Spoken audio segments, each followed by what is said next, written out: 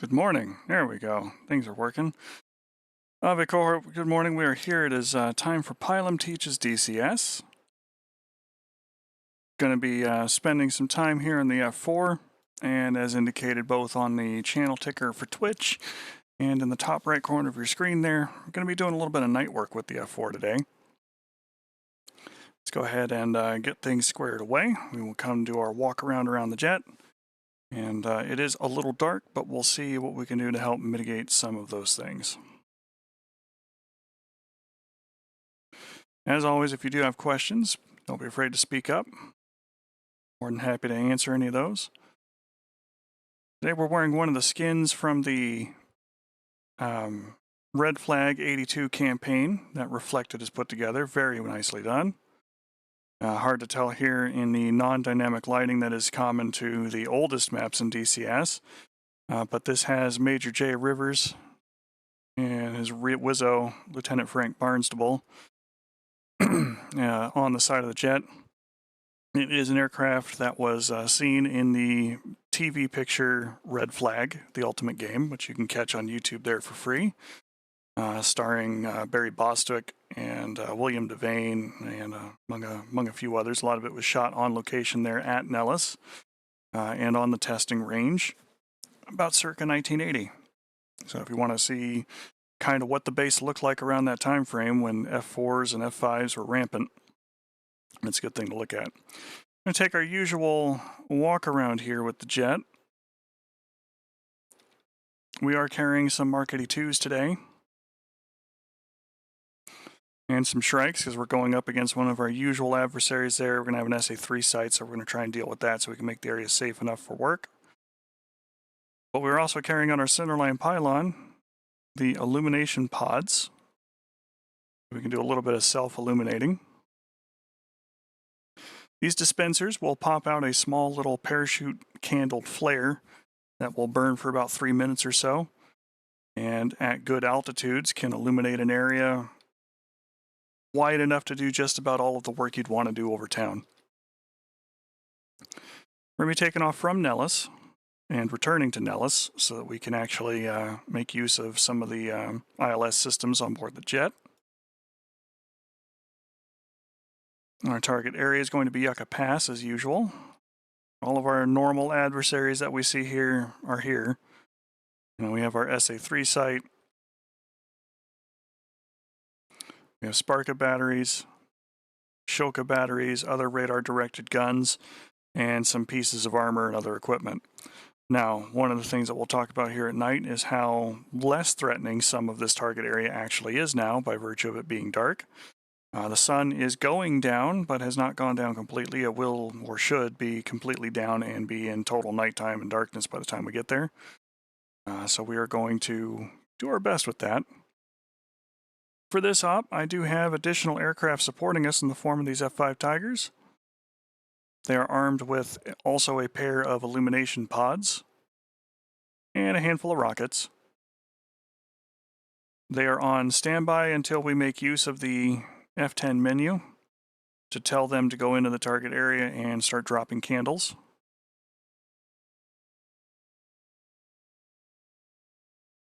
But we're going to need to take care of that SA-3 site first. So with that, let's go ahead and unpause, and we will carry on.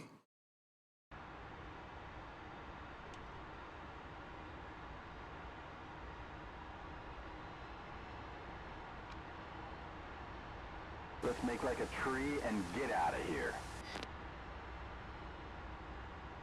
One of the first things that I like to talk about, and it's something that kind of feels and seems like a no-brainer, but for other folks it is not something they think about at all. Go left here as we take our taxiway through. And that is cockpit illumination and the things that you can see. And while we're taxiing down here and making our way towards the runway, we've got our lights on for safety, which include all of our anti-collision, left and right wing lights. Our nose wheel light is set to taxi. But one of the things that you can notice almost straight away is that this front glass panel on the F-4 for your HUD glass. Be down in the trenches this. Yep. I actually want to turn here and catch the next taxi stripe.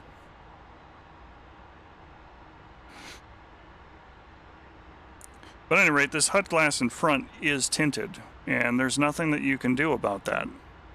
So a lot of your forward visibility there, you're looking for lights and everything else. Like we've got the lights of the city out over here. And as we sweep our nose around it, you can see where a lot of those more or less wink out of existence. So that's going to be something that we're going to watch for. Do have access to a night vision system.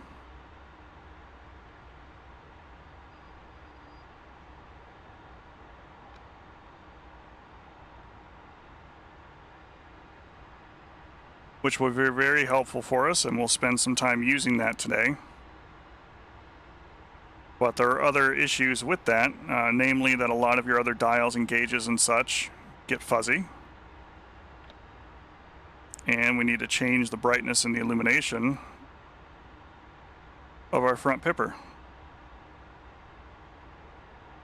We can also change the gain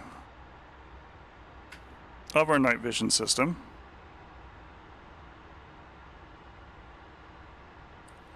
Which will help make that clearer in various lighting conditions when we need it.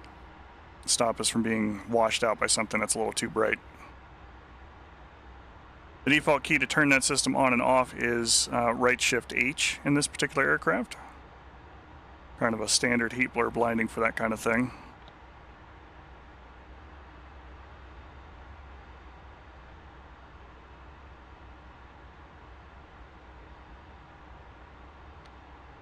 Also, your interior cockpit lighting should be red if possible, because they do model a little bit of that bright light washout. And only as bright as you need it to be to get your work done. You're going to be relying a lot more on your instruments, which for the F4, with the INS system for the alignment, it does tend to drift. So you're going to have to do a lot of finding landmarks in the dark, while also relying on some of these systems. I'm going to go ahead and give us a waypoint for our target area.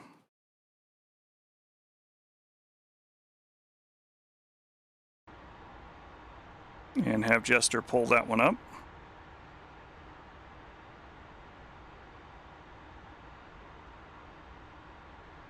You bet. Steering set for diversion. Okay, our takeoff trim is set. Flaps are down. We are ready to roll.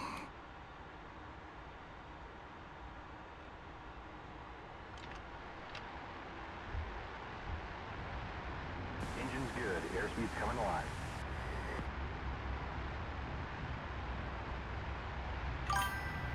knots. Airspeed 100 knots.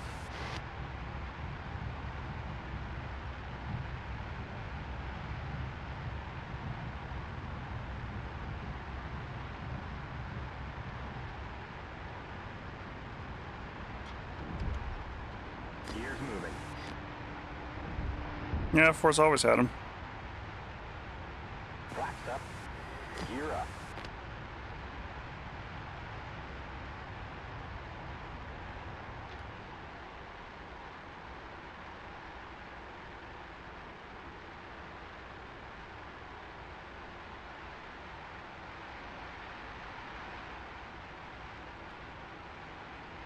All right, those are some nails.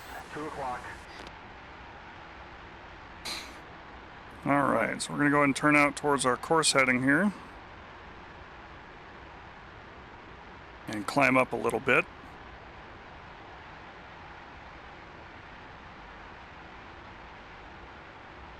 while we cruise towards our target area.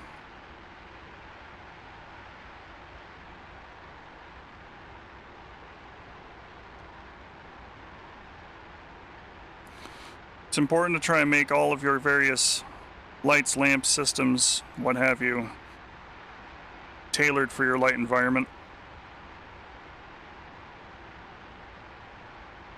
A lot of those controls are over here. Our instrument panel brightness.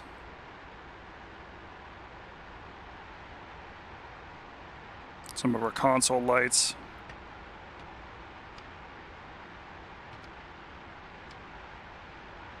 Various floodlight controls. We have a white floodlight, which I don't recommend using. At least not while you're flying. Mud on our nose, 12 o'clock. AAA.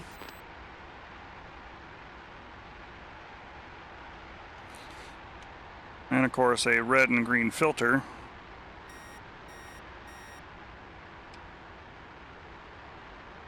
For your display.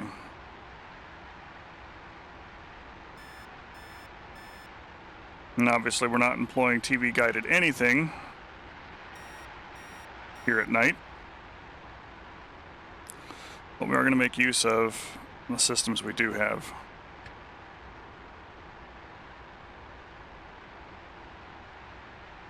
As always, going to go ahead and preemptively set some of our parameters here.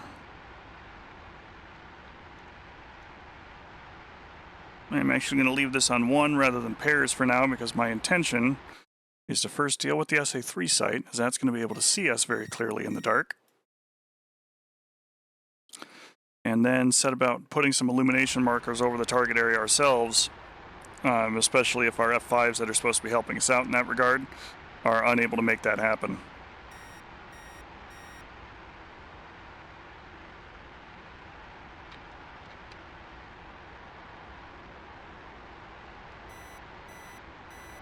All right, those are some nails, 2 o'clock. And nails, 2 o'clock. Now, the big thing with flying out, especially in a place like this, you don't have a whole lot in the way of very visible nighttime landmarks. Like there's a lot of mountains and hills and things out there that you can use during the day, and you can see all of those things from a long ways off. You know, everything from Mount Charleston out here to our left, to Creech Air Force Base, which should actually be somewhat lit up, and we'll be able to see that pretty clearly. A lot of the different mountains and hills and things, all of those things that are out here really do stand out during the day. And you can use those for navigation, and you should. At night, those can be found. But again, everything you're looking at is somewhat grainy.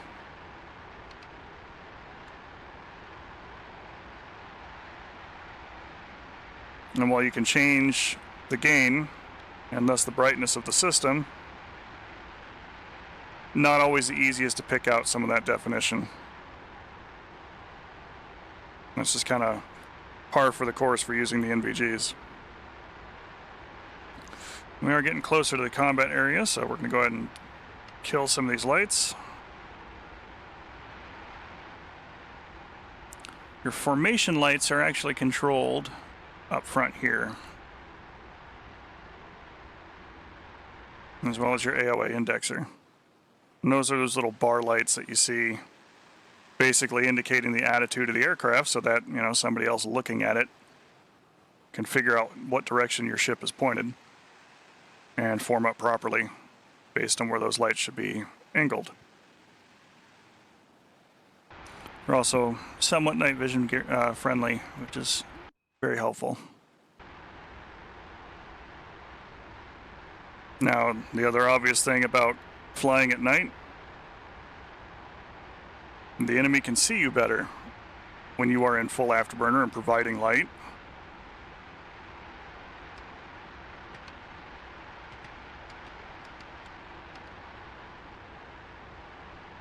Or when you've got your own lights on. So taking care to make your ship as dark as possible will help you from being seen by any of the optically tracked systems that are down there. Radar is its own beast. That's going to see you pretty much any time. All right, our first target is the SA-3, so we are just going to go ahead and select ARM.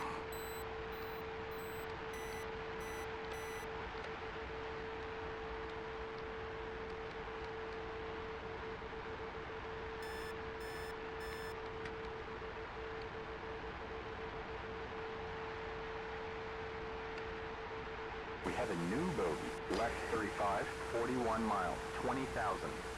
And we're still 25 miles out, so we got a little ways to go. The target paint's definitely friendly.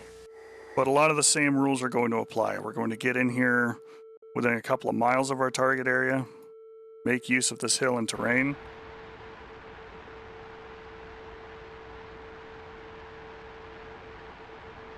And try our best to render that system into the past tense.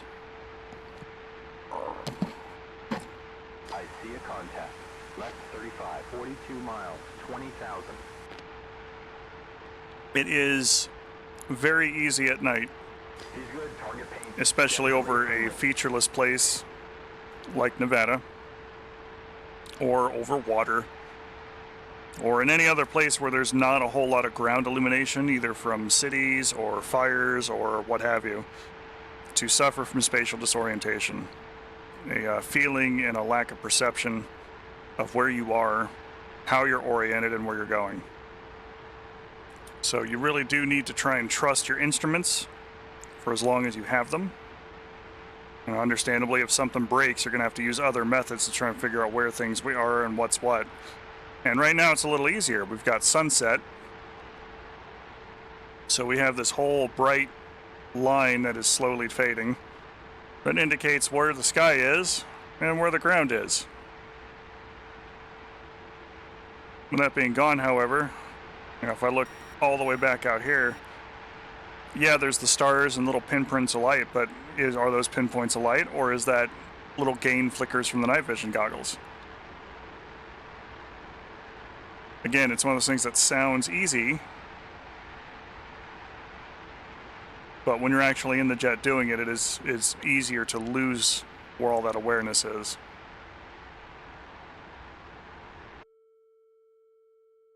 Now, we're getting very close now, so we're going to go ahead and come off the AP.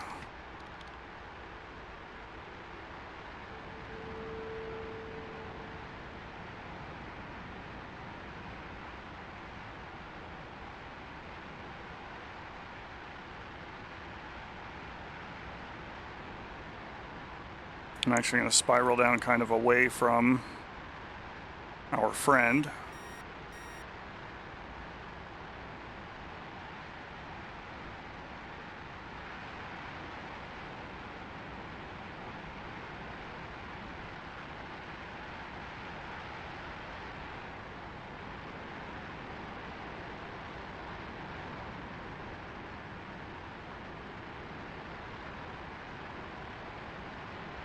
Also trying to use the edges of my vision where I can. Now we're going to be pointing kind of right back at him.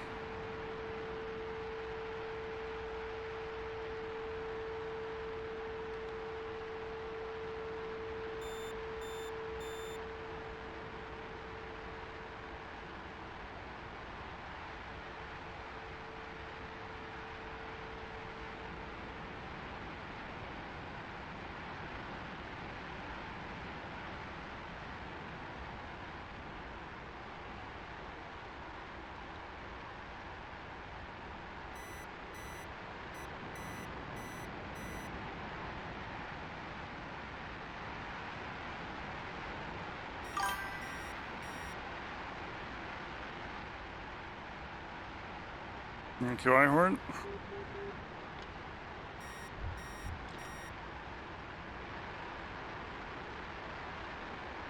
That is, broadly speaking, our target area.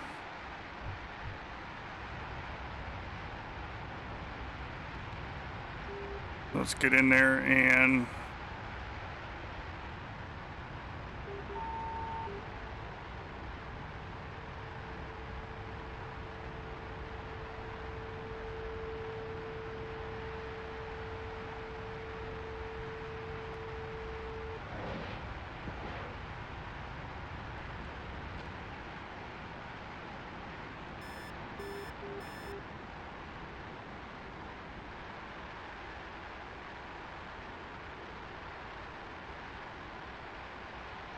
Track radar destroyed.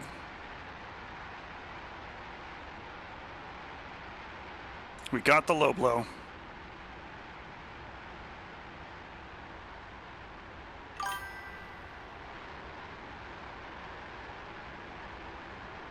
Now we have a little flame marker that we can see out there too, which is nice. Let's go ahead and set up for our own illuminations. It is classified as a rocket or a dispenser, and we're going to use it in direct mode. I'm also going to go ahead and didn't add our... Oh, see, that's why I came prepared with an alternative.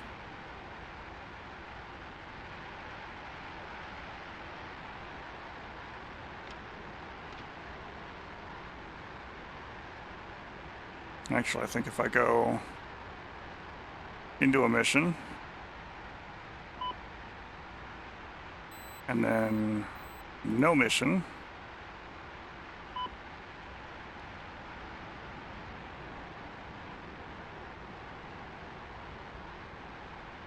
nope, that didn't do it either.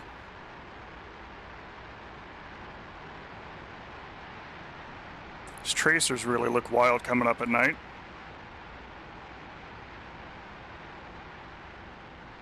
All right, so we're gonna go put our own illumination markers here on the site.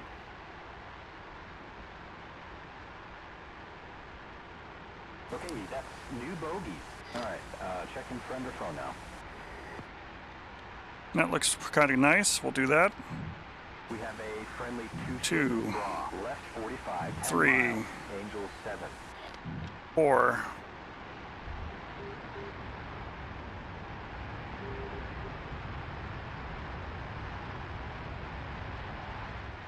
And we're moving up through a cloud at the moment.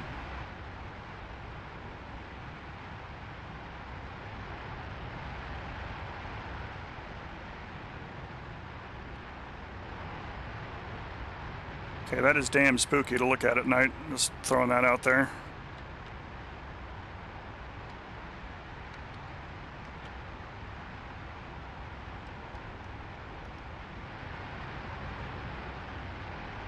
But we have some illumination in the area, which makes things a lot easier all the way around. And I believe our first target is going to be that battery.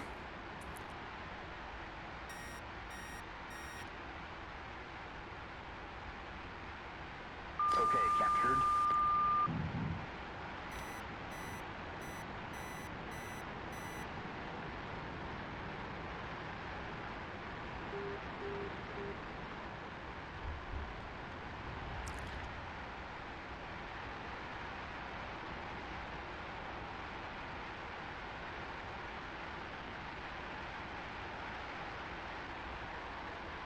Excellent.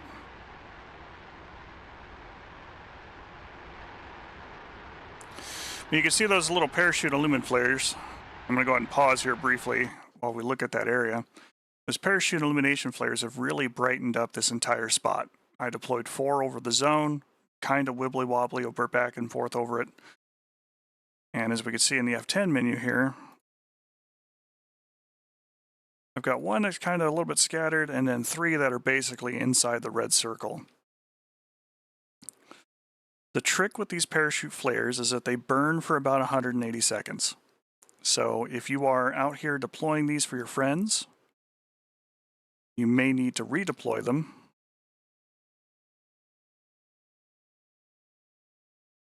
After a little while, because they will no longer be providing illumination. You can kind of see all 4 of those there in a row. But with 4 of them, you can really cover a large swath of terrain. And at this point, anyone else looking in this zone, providing that they know where this is at, they're in the area, they're able to do combat and fighting, all that good stuff, the daylight sensors on the hind are going to be able to see targets to shoot them. Your daylight weapon systems for something like a Maverick A or B can see and get contrast to lock a target and engage it. Any of those other systems that rely normally on daylight will function while these candle flares are illuminating the area around it.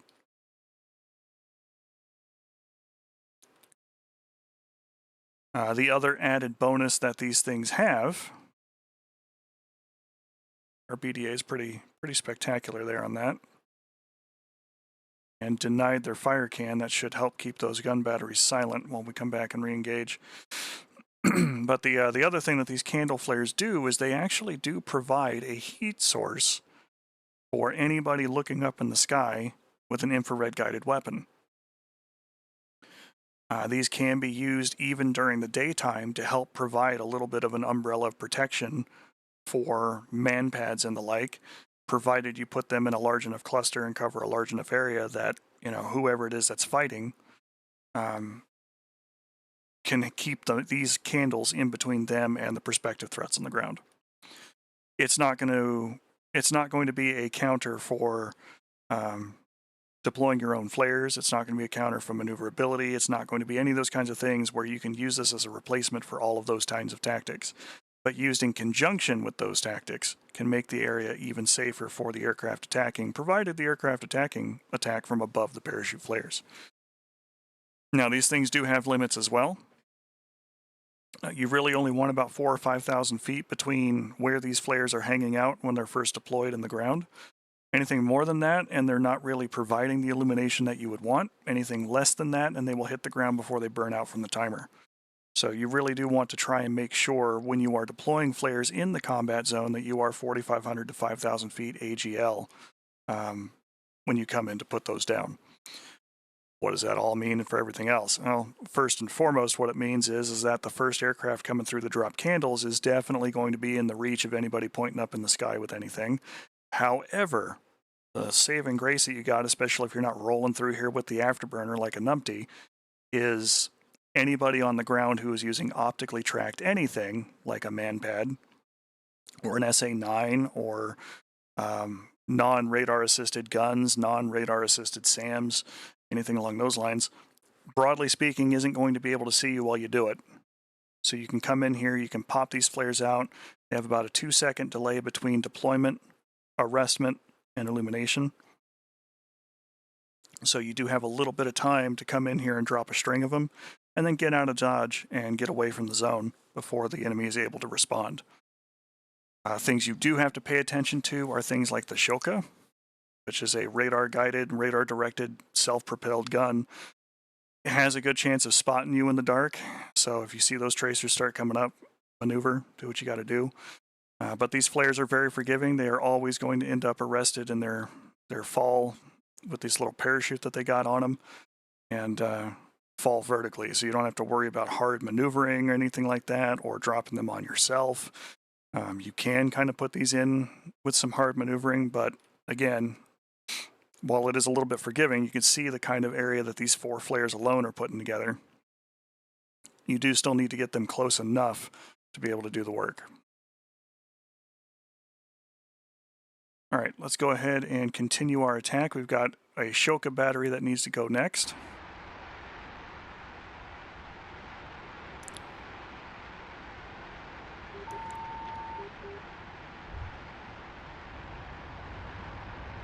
I'm giving it just a little bit of afterburner there because we are a little bit low on knots.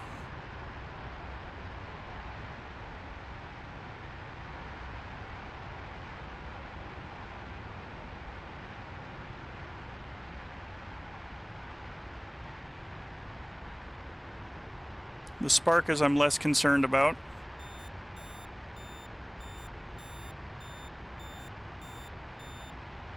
And, ooh.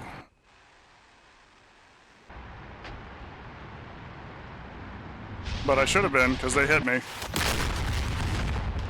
And they hit me bad.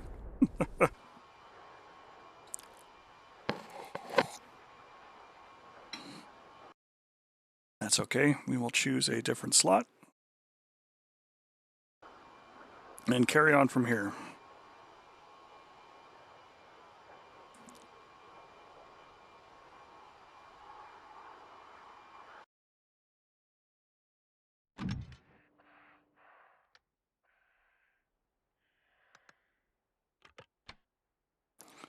Definitely one of the downsides about the Nevada map, despite it being home, and despite it being wonderful for that immersive experience as far as training anything is concerned. Does not have the more modern dynamic lighting that the newer maps do. Because like these lights out here should absolutely be illuminating parts of the cockpit and parts of the aircraft, and they just do not. Roger.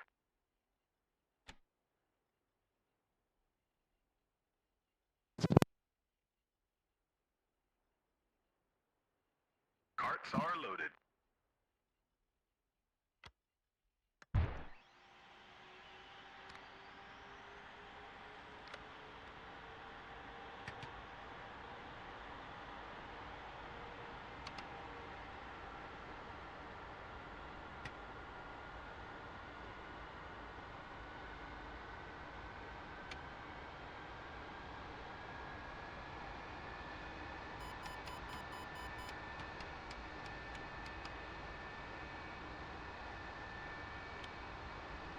Our generator's up.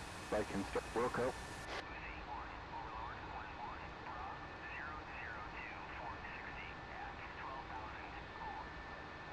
Okay.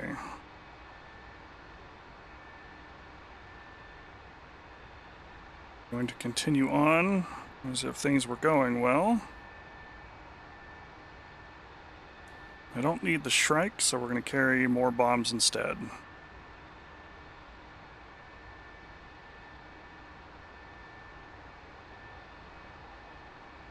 Honestly, I don't even need the Sidewinders. Let's do something fun.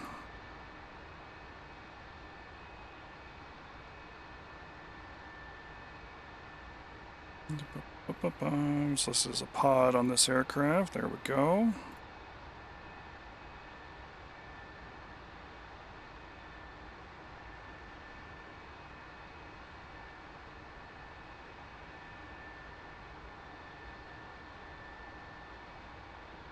.205, and we will use the red flag, the ultimate game skin, which is this one.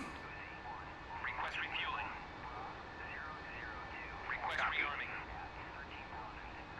Copy.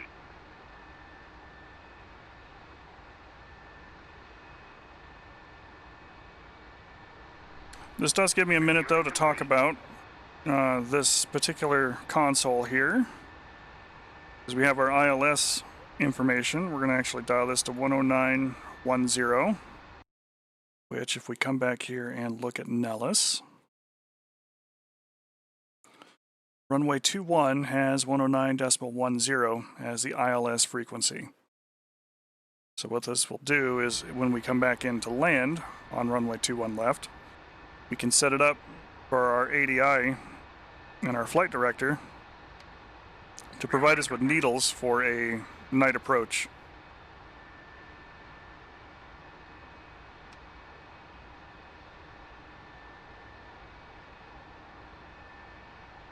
Okay, rearming complete. We're just waiting on alignment, which should be done just about any time.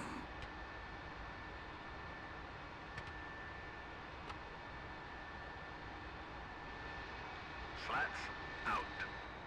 Roger.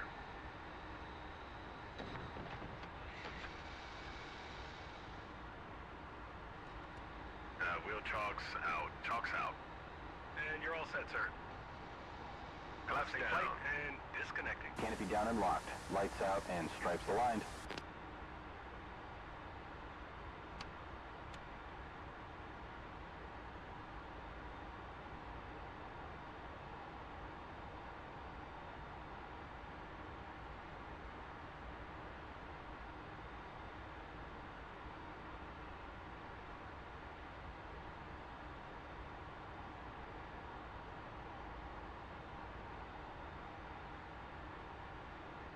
Listening for that signature click there from Jester.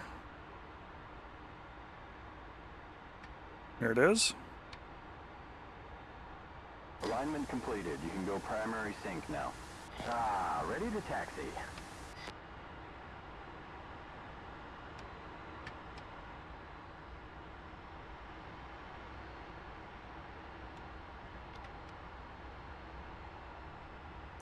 is one of the nicer features about the F-15, the F-14, and really any of the other multi-crew aircraft is a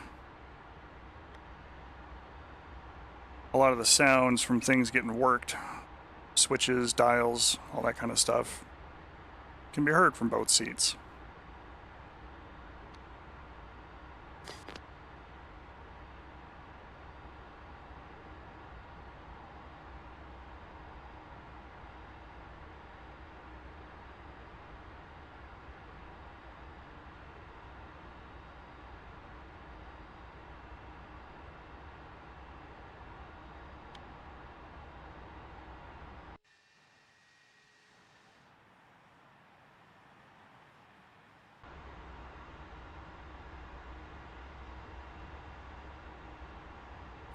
Doing a lot of nighttime operations really does work somewhat nicer in terms of your lighting situation if you're flying on the newer maps, so pretty much anything other than Caucasus and Nevada.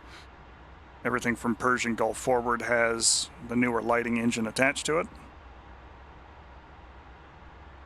Keep holding out hope, though, that they will do an update for the NTTR map and bring up that lighting, because a town that likes its lights like Las Vegas should probably be able to have those work a little nicer than they do.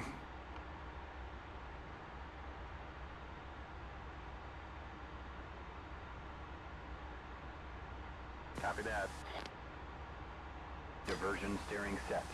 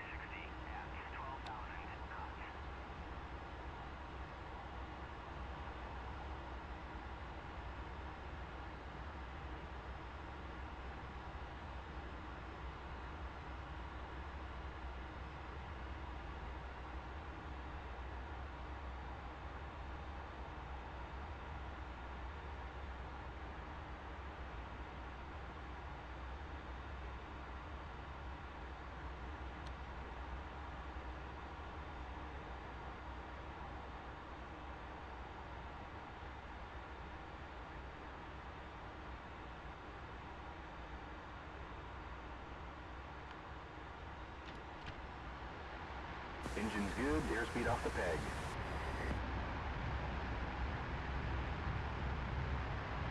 $80 knots. There's 100 knots.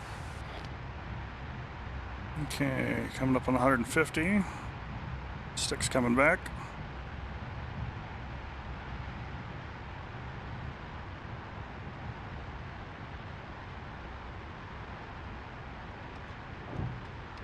Gears moving.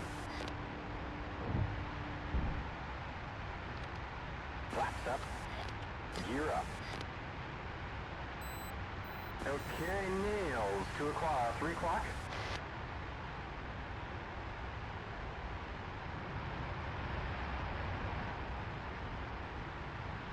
Good positive rate, good knots. Coming back on the throttle.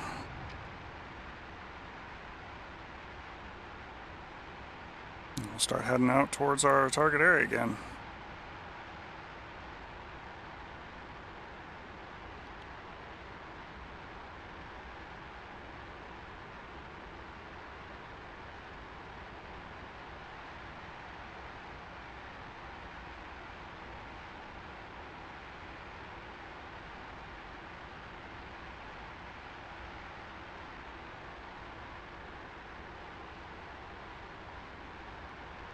Same thing, just going to give ourselves a nice little gentle climb.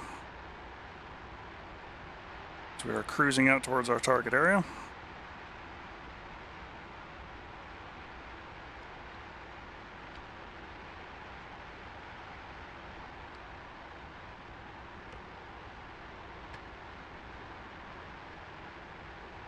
And I believe we will start with the bullpup.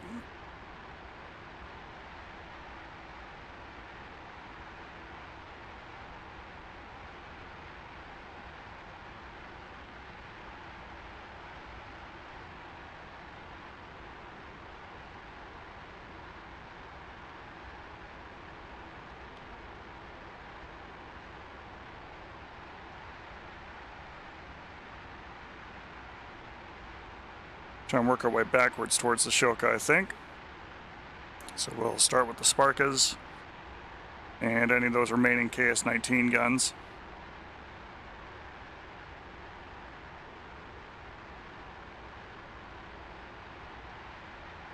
And then we'll work on the Shoka.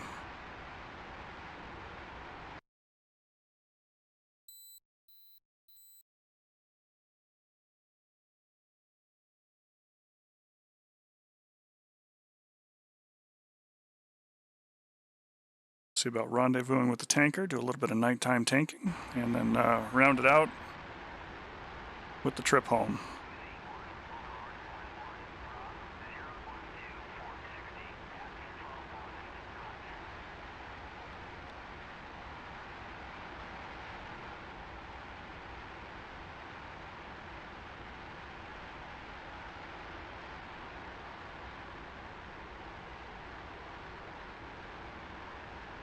I do spend a lot of my time when I've got the goggles on, moving the head around a little bit and looking around the edges,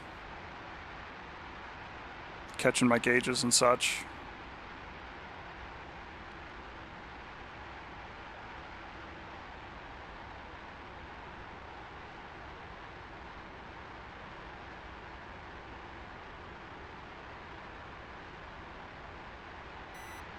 All right, those are some nails, 2 o'clock, and nails, 2 o'clock.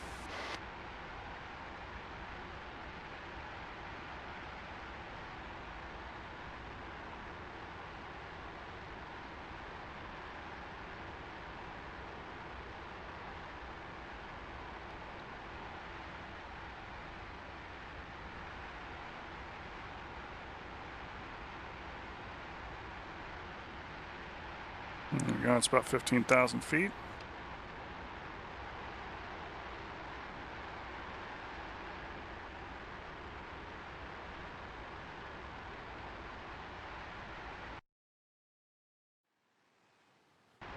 And we'll get in and turn those lights off.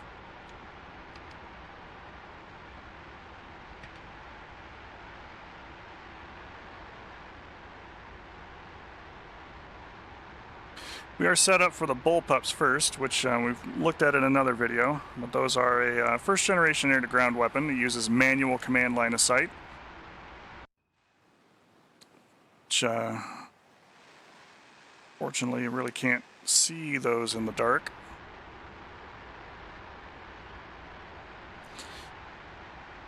On the back of the missile there is a flare that should stand out very brightly.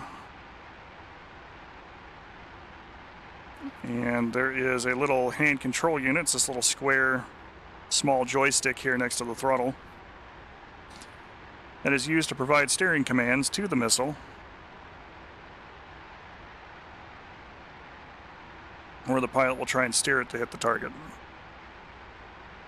We very quickly found out that while that's a good idea on paper, it's a bad idea in practice, especially when a lot of the North Vietnamese would just simply shoot up the smoke trail of the missile and had a high probability of damaging the aircraft behind it, because the best place to guide that weapon is from basically looking straight on from behind it. Our pilots provided some counters to that to make that a little better, but the Just gonna do a quick IFF now. real revolution came with Maverick and making those things automatic. We have a friendly 2-ship. Bra, right 5 degrees, 18 miles, Angels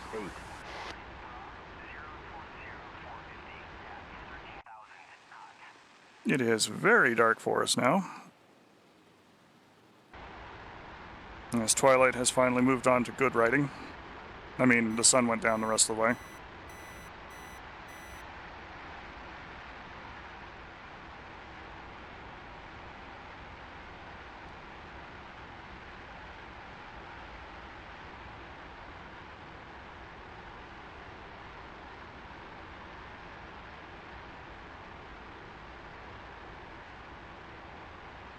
So we will definitely need to put some illumination weapons down.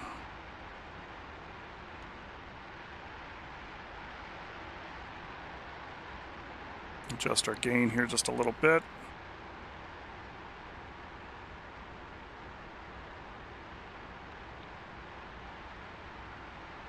We have a new bogey. Left 50 degrees, 28 miles.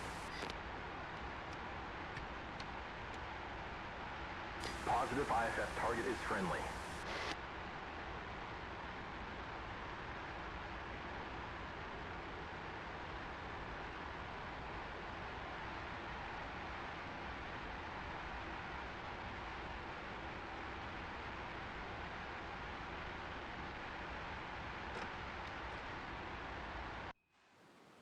Might actually have to pull the pin on that here and close it up. Try it without it. We got two weapons, so we'll see how it works. Left 45, 35 miles, 18,000.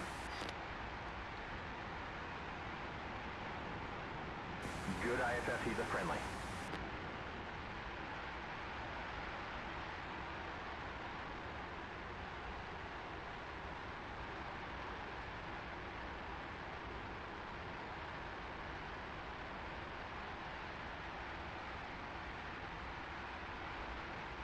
Okay, so now we have a little bit of good news, bad news on us. Good news is we're very close to our target area. The bad news is a lot of it is no longer on fire, but that should be it there.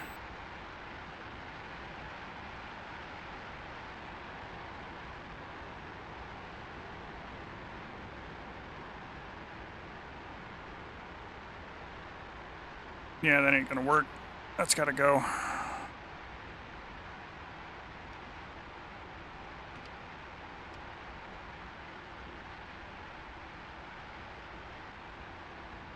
It's gonna make this part interesting.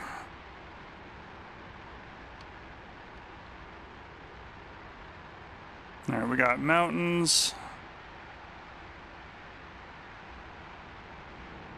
We got town.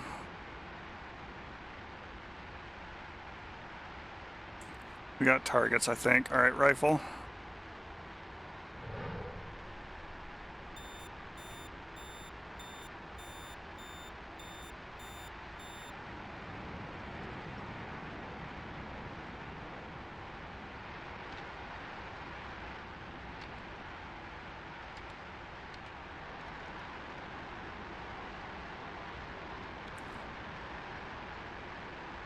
Good news is I think we damaged the sparkers that were there.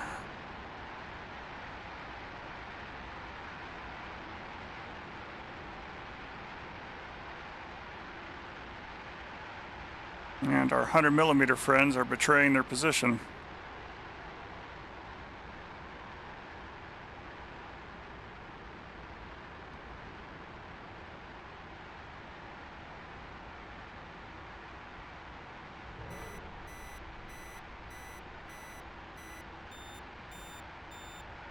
That was, unfortunately, too low. Alright. Let's get some illuminations over that target area. I hope, yep, yeah, there's a friendly two-ship. Raw, right, 55, 10 miles, Angel 7.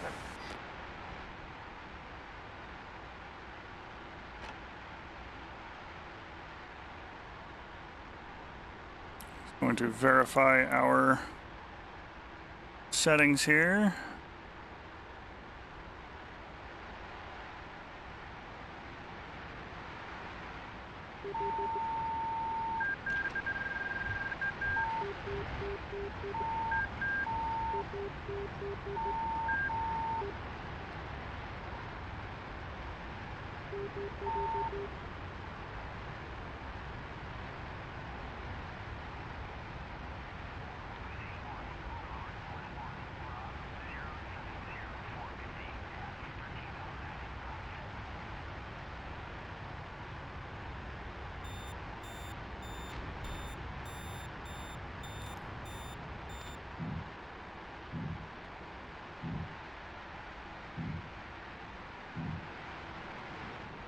All right, there's 5 flares.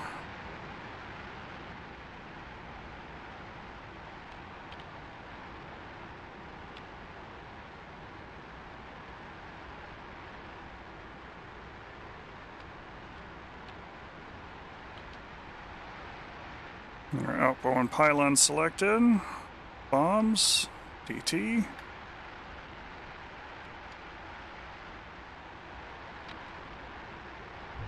They're definitely going to attack this gun battery because they've been posing some problems.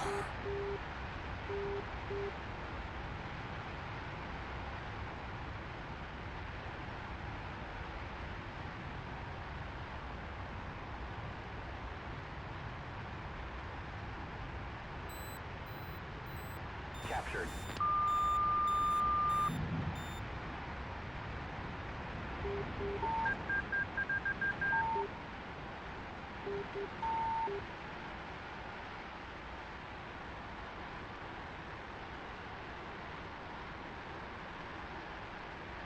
Okay, that shuts them up.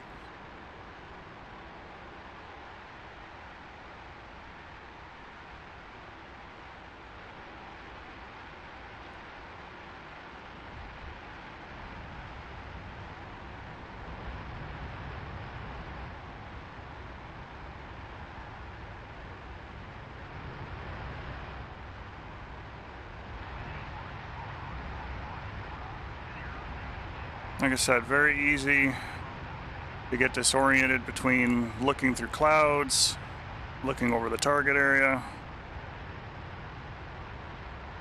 Nighttime is about sensory deprivation and trying to work through it. Really relying upon what other systems you have to make that work. That's why some fighters were even described as day fighters. They lacked a lot of those things. Alright, spark of batteries next. Captured.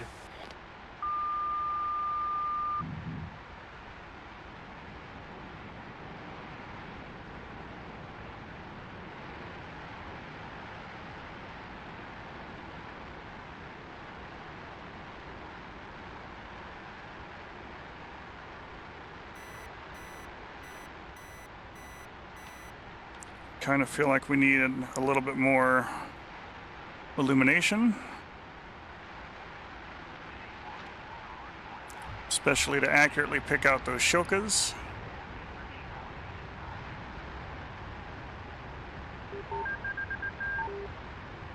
And since our flares have been out there for a minute or two, we're going to go ahead and put some more out.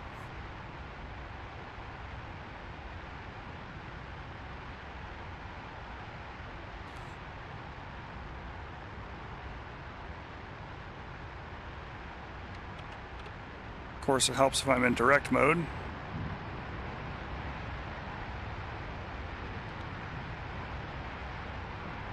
I have new bogey. Checking IFF.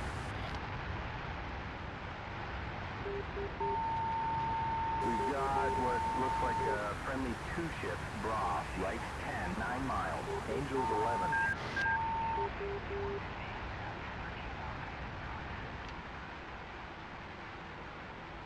Okay, coming back in over it. And 1, 2, 3, 4.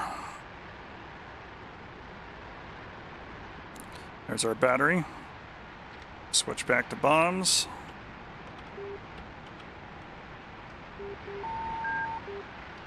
Back to DT delivery.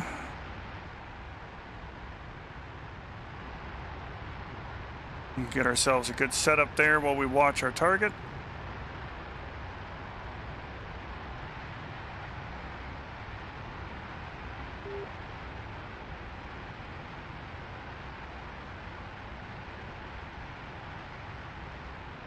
And let's run in.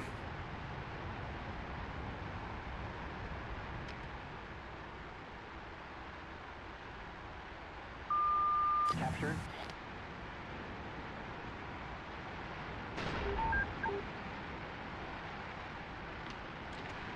Really? All right. Took a couple fragments there.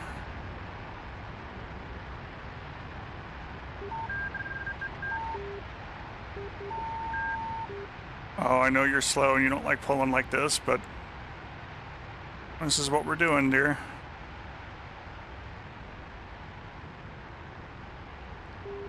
Shilka battery's not going to kill itself.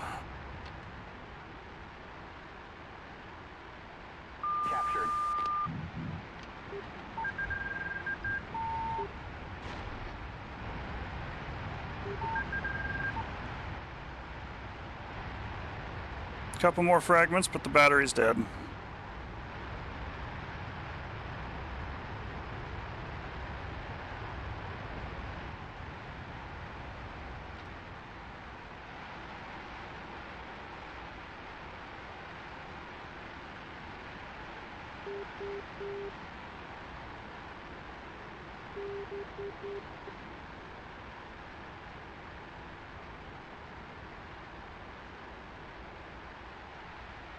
And captured.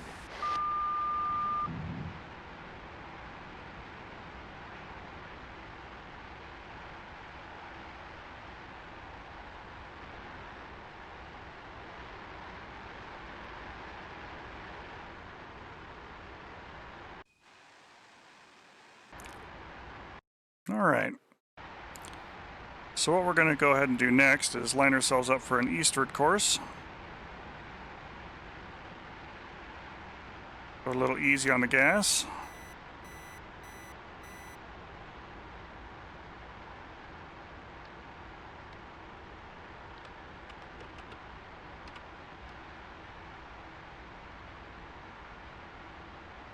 Climb up to about 15,000, 16,000 feet or so.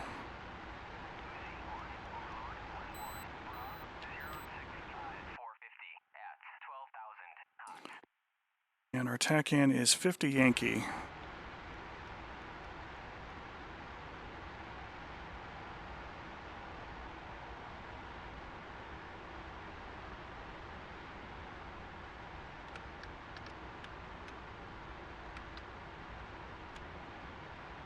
Yankee. TACAN navigation.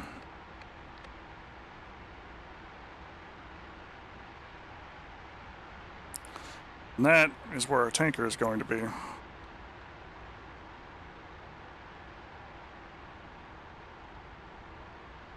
About 46 miles away. Got 3,600 pounds worth of gas.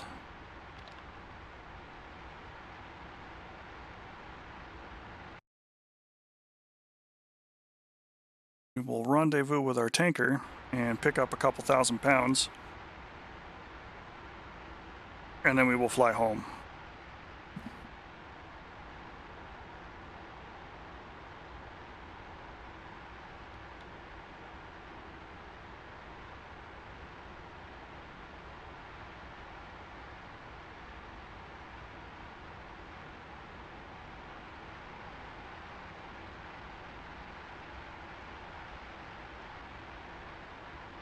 And he is about 16,000 feet, so we're going to try and fly up to meet him.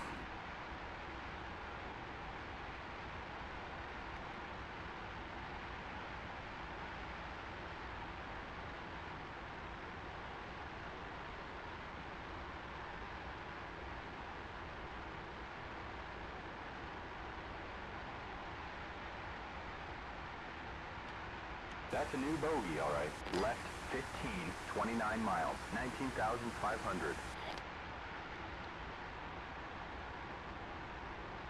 Target paints, it's a friend. And as we are on our way back to the tanker and out of hostile territory,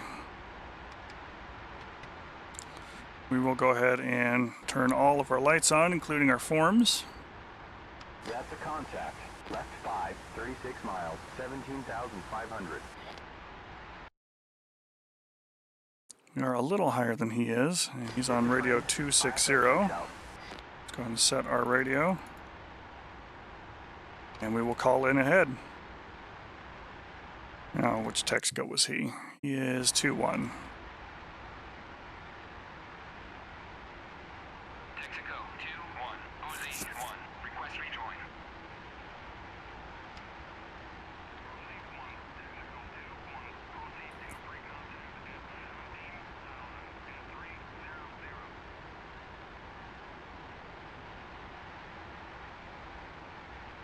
We're going to follow our TACAN here, but he is telling us that he is not quite at 17,000. He's 16,500, but they always round up.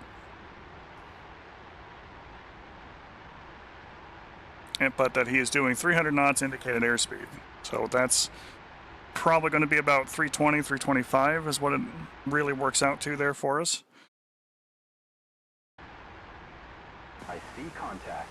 Alright then, let's take a look at their IFF. Generally speaking, the first thing I do is tell Jester to shut up. We have a Bandit 2-ship Bra. And at night I will dim the pipper and just get rid of it.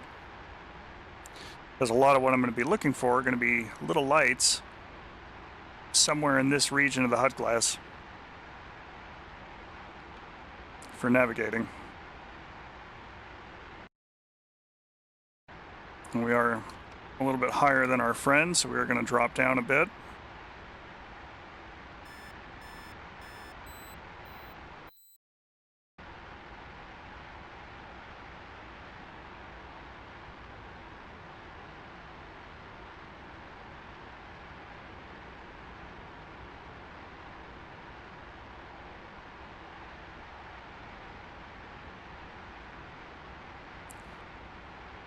When we get to within about half a mile of him, he will turn his lights on.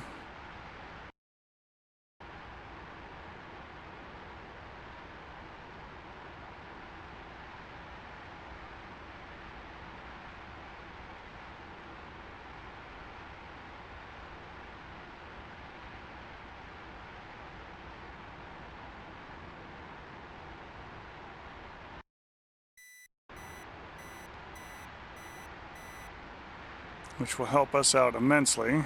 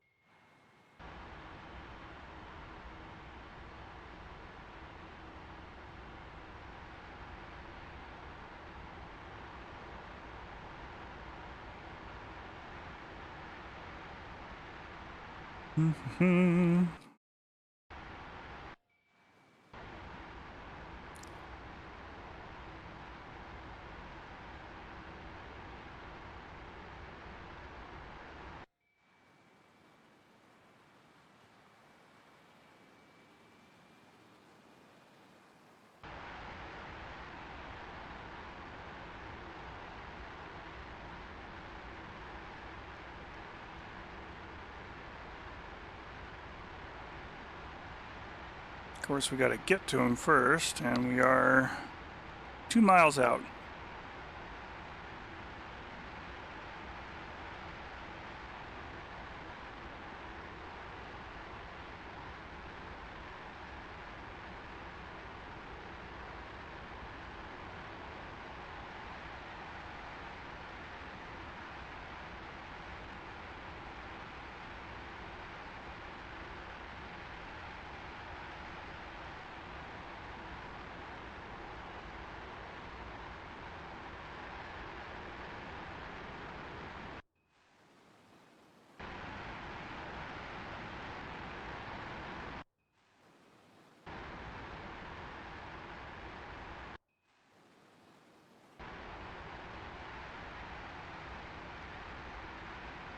I'm gonna look real smart when he just pops his lights on all of a sudden. Realize I've been staring at him the whole time.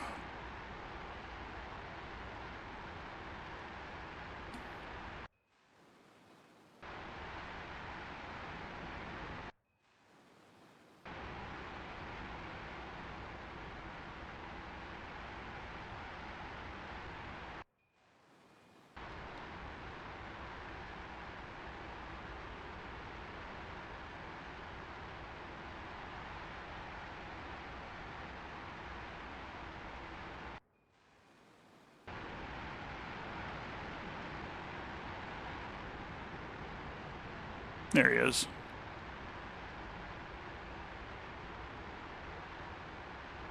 And there's his lights.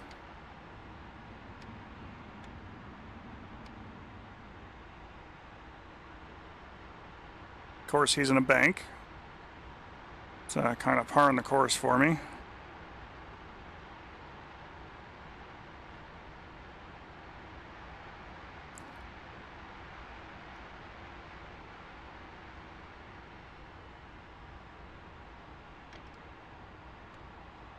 Ready, pre-contact.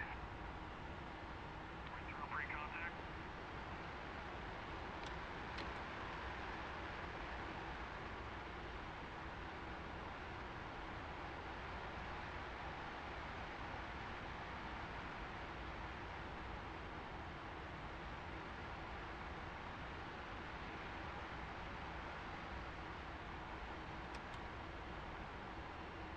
Ready, pre-contact.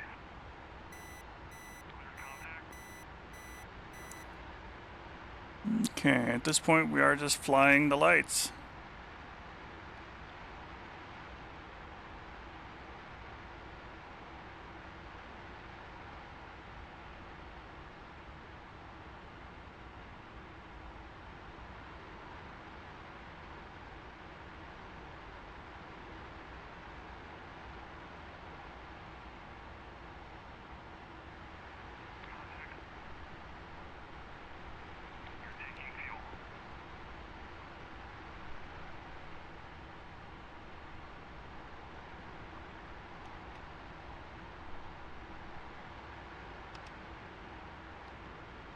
Ready, pre-contact.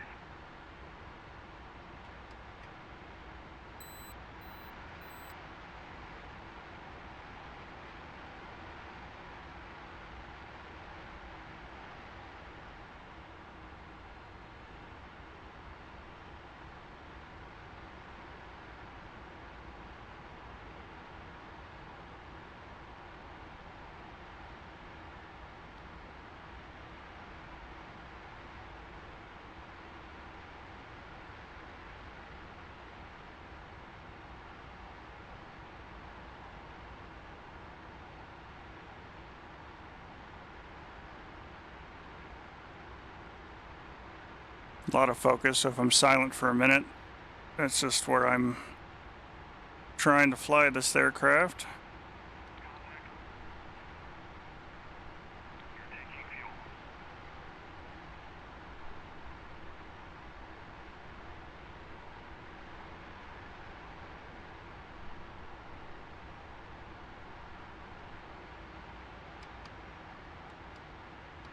Ready, pre-contact.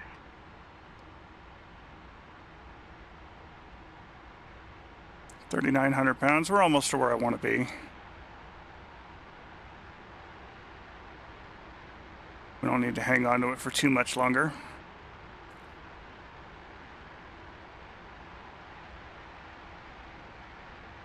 The F-4 actually does refuel extremely quickly, up to about 10,000 pounds.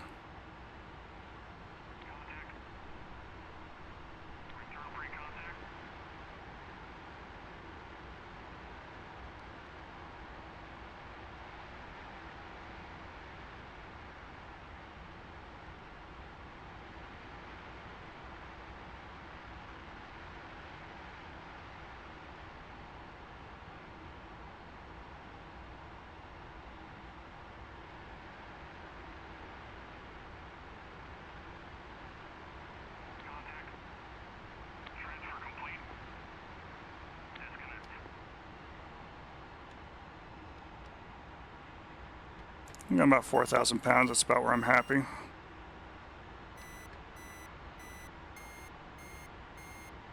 Now, heat call transfer complete. We're just going to go ahead and fall back. Just our brightness there.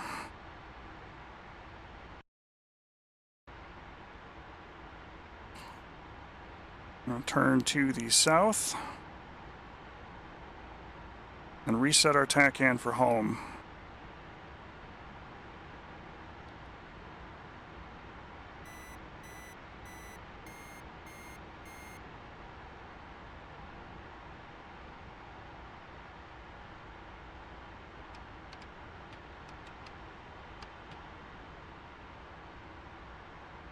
Okay, let the AP hold the aircraft for a minute. Go back to the X-band.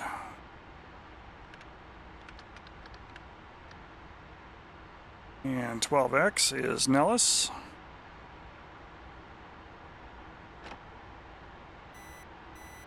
A little course correct here to the left. Kind of behind a hill between us and Nellis now, so.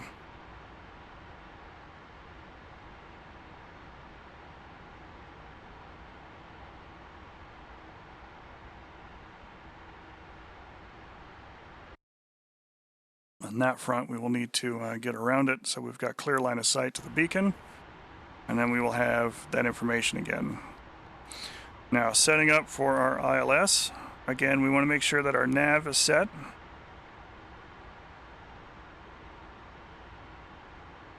And we're going to turn up our navigation volume just a little bit to make sure that we are getting good signal from that.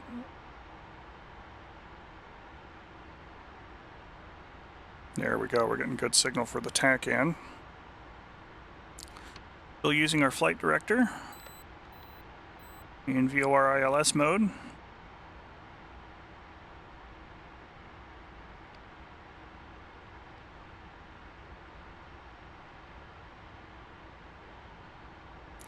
And the runway is just about 210, so go ahead and turn that around.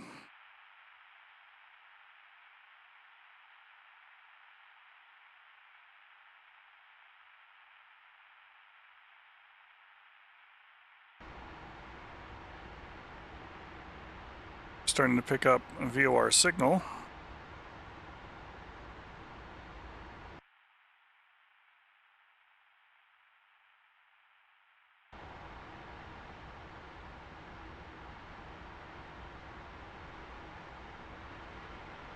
And we're going to leave our lights on there. We do have our landing light set.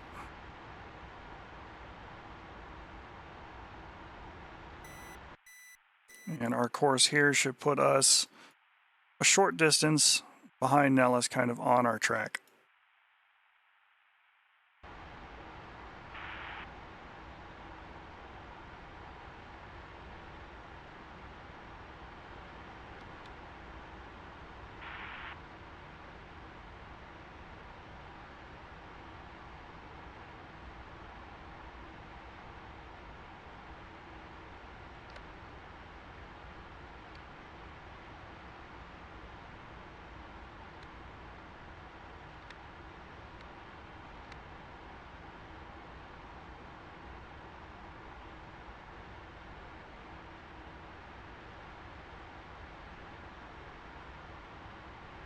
We've got a little ways to go, but a lot of the usual rules apply in terms of landing during the daytime versus landing at night.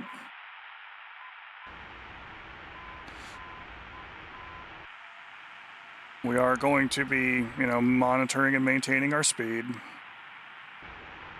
We are going to be trying to make as much of an AOA type landing as possible. Being on speed, on AOA, that kind of deal.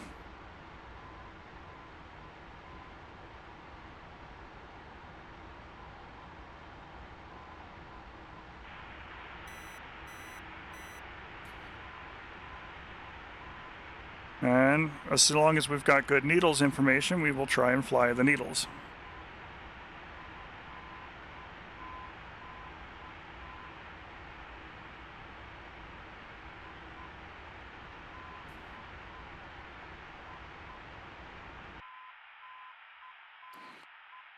And that will give us the glide slope information that we need to try and make a safe touchdown on that runway. We still boost the seat up so we can look down the nose. That way if we do get any visual markers, we can make those work.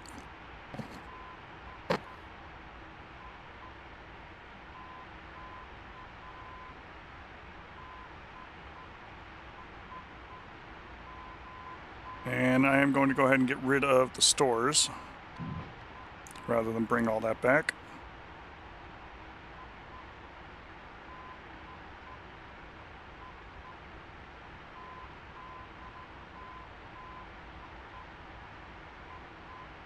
We are starting to get ILS information as we get closer and closer to being in this cone behind the runway. There's an imaginary cone that blasts out here,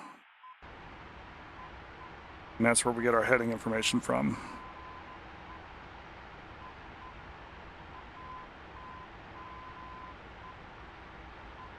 Morse code that you're hearing is the call letters for Nellis and its beacon. We're going to go ahead and descend a little bit.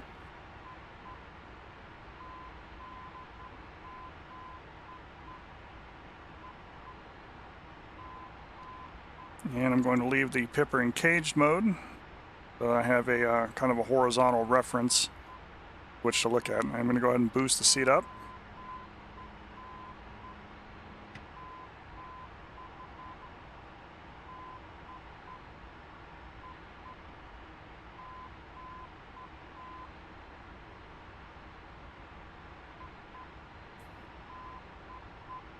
And in the most ideal, we should be just about 10 miles out from Nellis.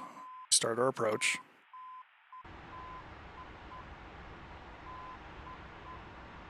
And somewhere between 6,000 and 8,000 feet, adjusting for the glide slope.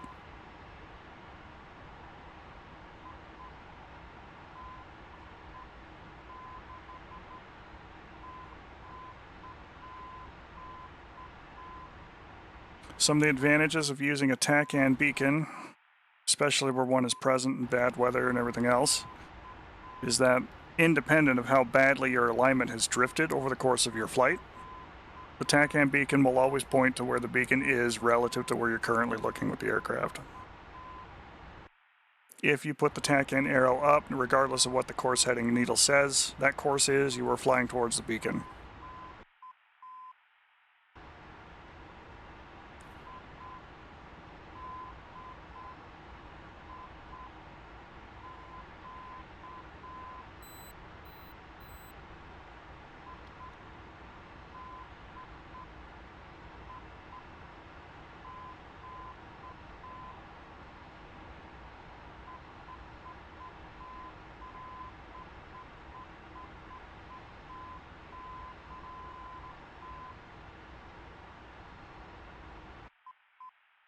We are getting very near to course.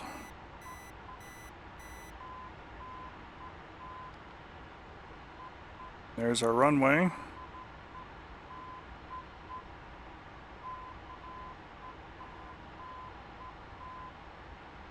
With its weird dynamic lights fading into view as we zoom in.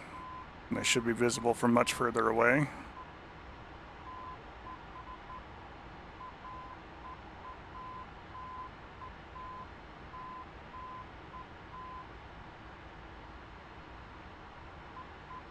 As we get here, let's go ahead and pause. We can see we're getting needles information. We are a little bit high and right. Course heading needle is starting to look better, but we may need to adjust that.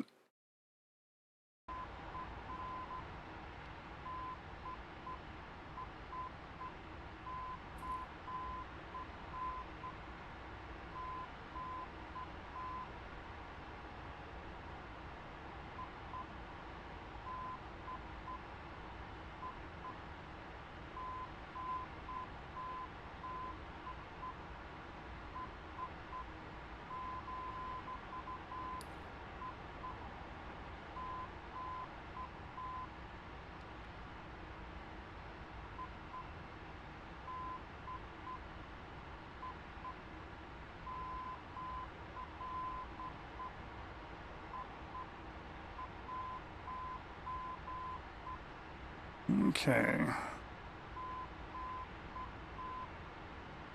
Starting to approach our glide slope there, so we're going to start really working the throttle back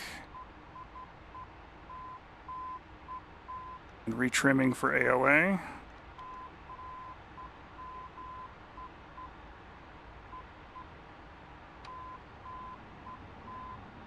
Tap on the brakes there just to get us underneath our speeds. Gears coming down.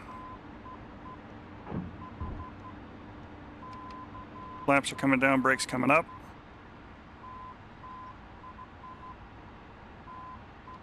We are just about on the glide slope.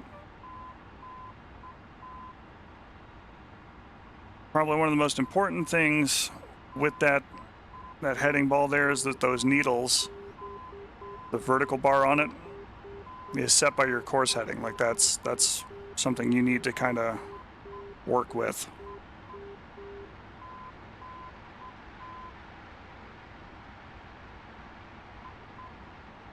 Where the glide slope height is provided by the beacon.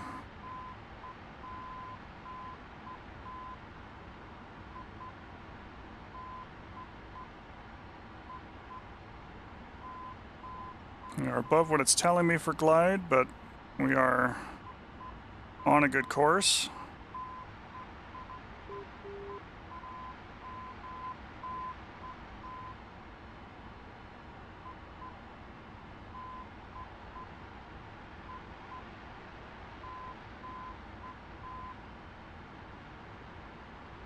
Managing our altitude with the throttle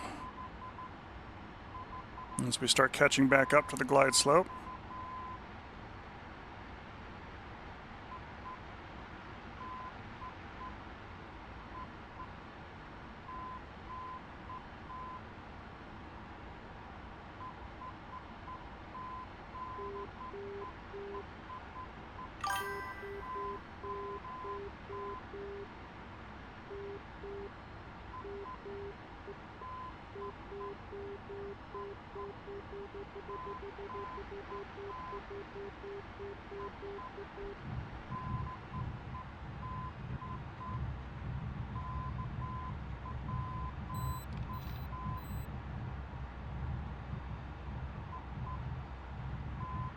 A good chute deployment.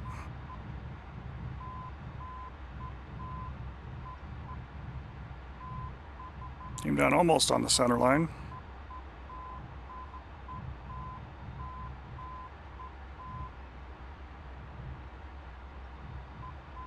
And turn the air conditioning on.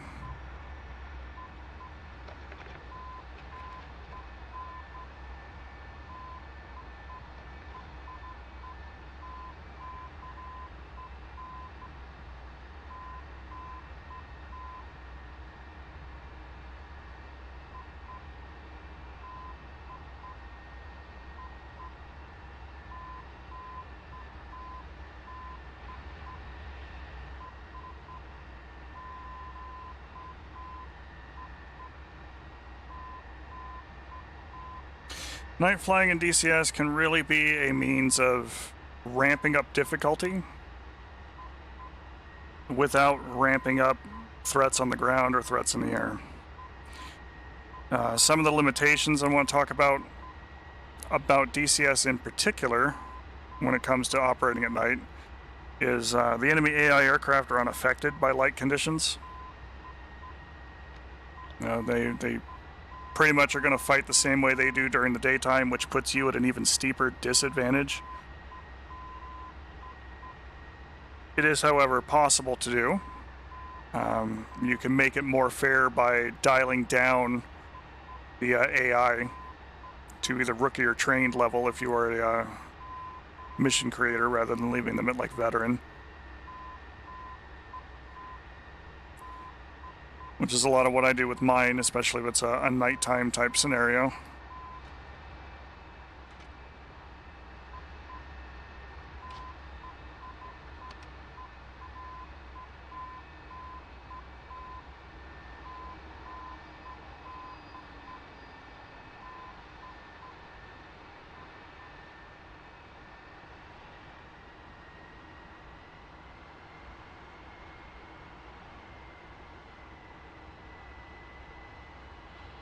A lot of optically tracked and IR systems are less capable at night. Some of them won't even track or engage.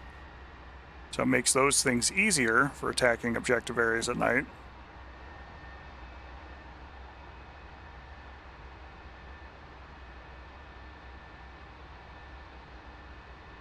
But you have the added difficulty of losing a lot of your spatial awareness, a lot of your landmarks. If you're using night vision type systems, you're looking through a small little tube, trying to figure out where things are. And like down here on Nellis, this kind of works out. Got enough light that you can see what's going on.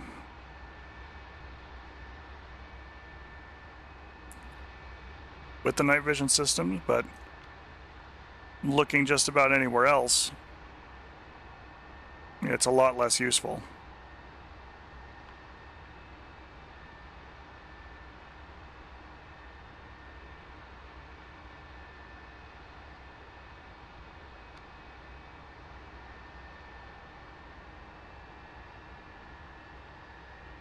Night flying and bad weather flying is really the hallmarks of a good pilot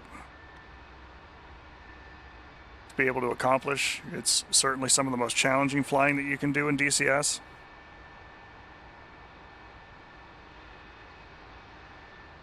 And so I encourage you to, wherever possible, Roger. give it a shot, give it a try, and make those things work. Own the night. Yes, sir. Wheel chalks And in. there's a reason why we fight a lot at night.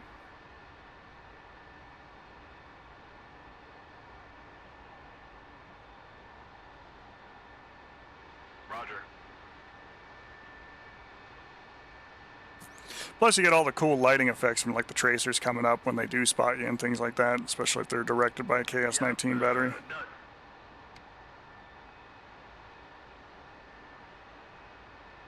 There's a lot of neat things that can go on.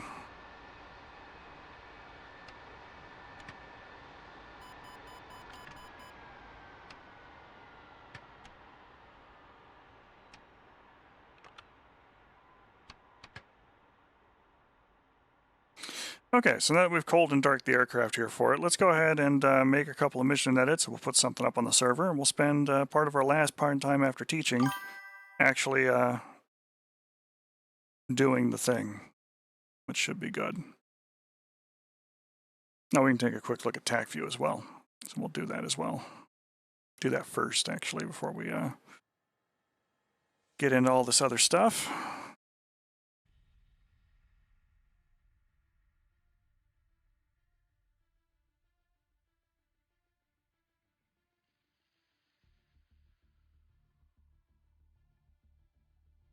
Use the Cold War German randomizer mission that I've thrown together for that.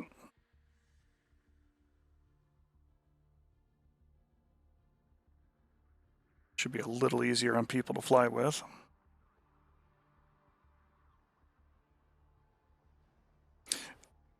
But horrifying things can be neat. That's all I'm saying.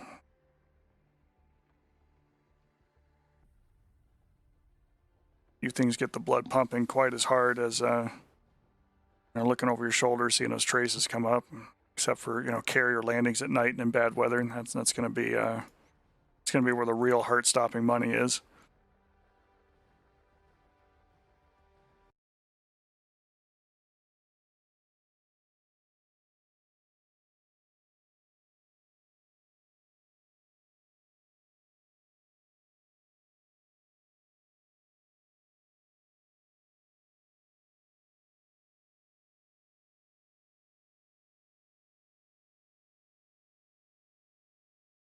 All right, so let's go ahead and get in here and flip things over to TAC view. And we got our mission pulled up for our scenario that we just ran. Back things up here to our first life. Skipping all the prelims, we cruised up.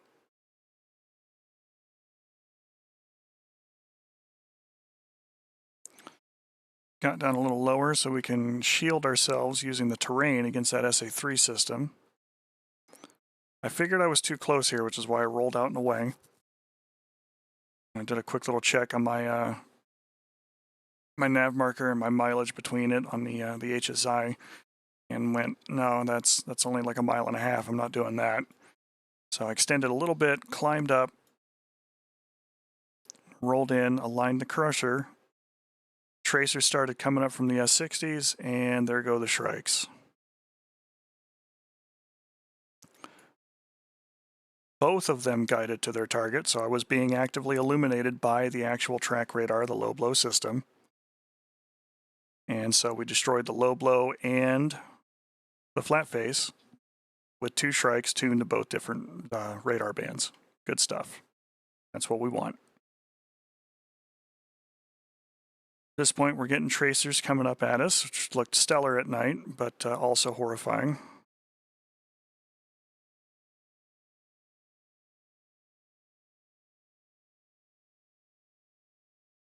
I am wobbling back and forth to try and throw off their aim, their shots, while simultaneously deploying candles.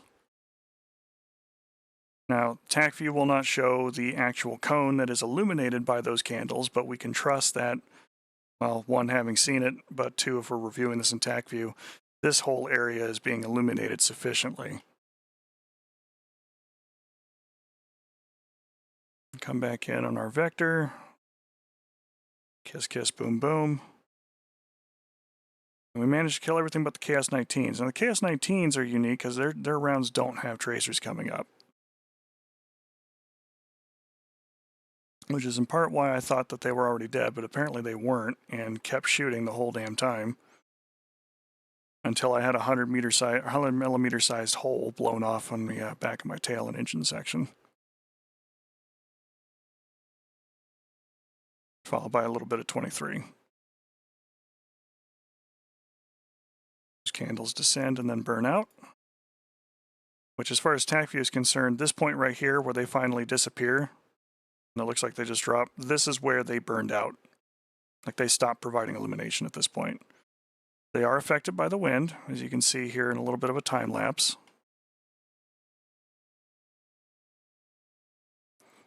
So if the wind is blowing, it's going to do its thing. Move them off target.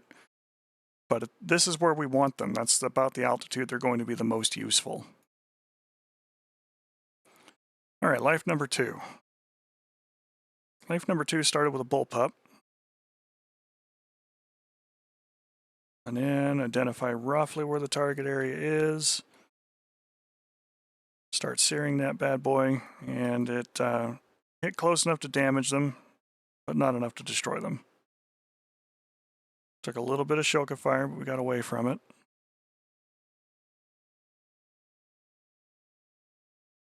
That one ended up short. A little more Shoka fire, but we outrated it. Diving down and away.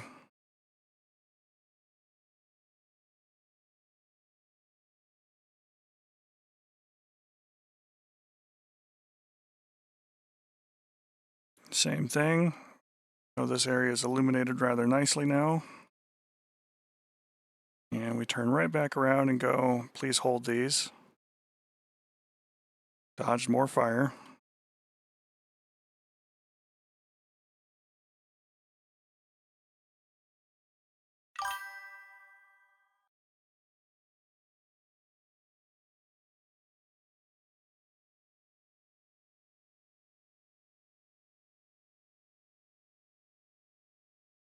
You're not wrong, I heard.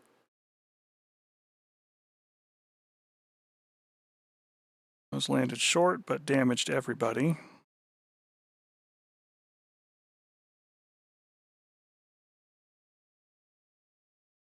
Those killed all 4. That Shoka site is dead. I had a couple more bombs, but at this point I needed gas because I'm down to 3,800 pounds. And I still got to cruise out to a tanker.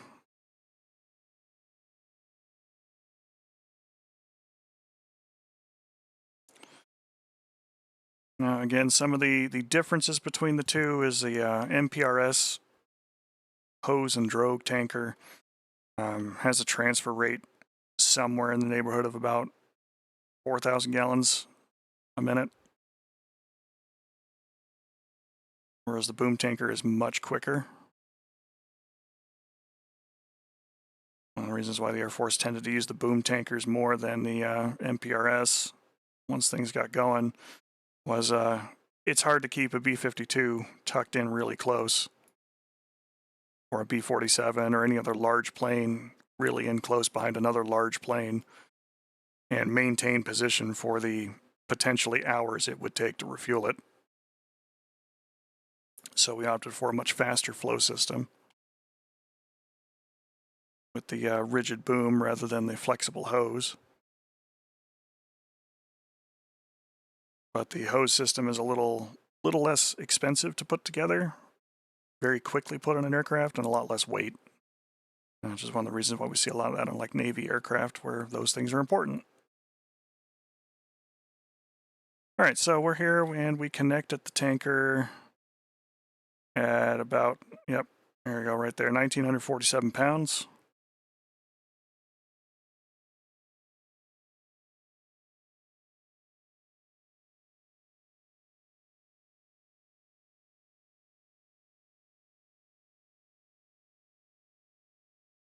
And on our first sip, we got to 2,900 pounds.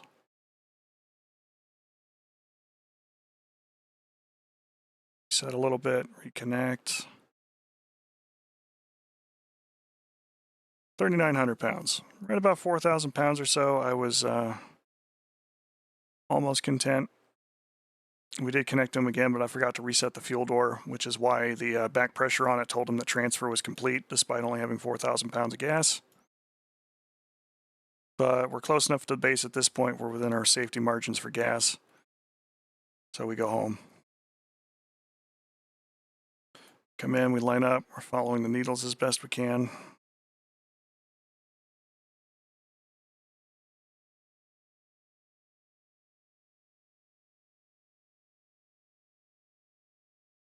We are getting under it, and we are nose high, but still largely flat in terms of our overall trajectory there.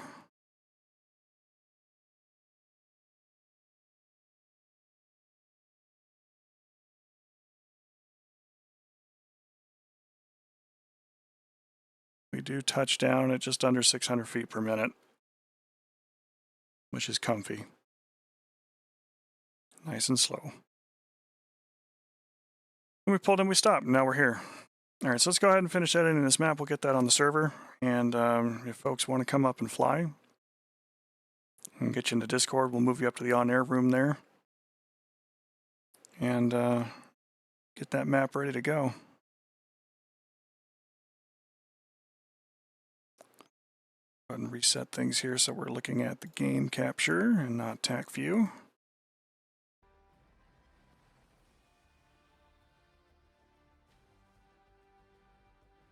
I'm quite literally just going to change the time on the randomizer.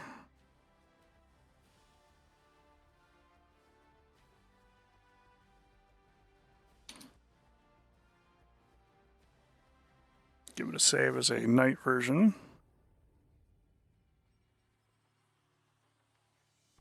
And I will do the extra solid here real quick because I do believe that the Mirage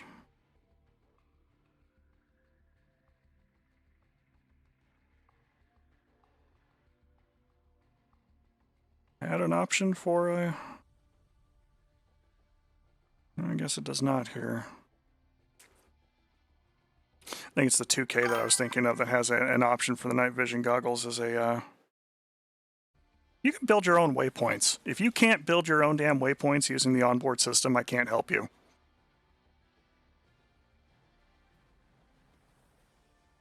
fact, we'll even go through and show that. Because not only is it painfully easy, it may be faster, but you can save it yourself and then you'll always have them. That's the fun part, and that's the part that I get bothered by sometimes with this now. So let's go ahead and pop into the server real quick. That's loading. I'm going to go ahead and upload it. I'm aware you're lazy. I'm going to make sure that you don't. Because laziness breeds bad habits.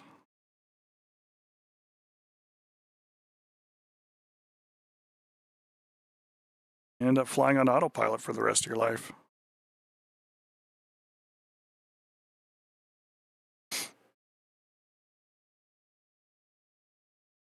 You are not. Don't give me that, you Gen X son of a bitch.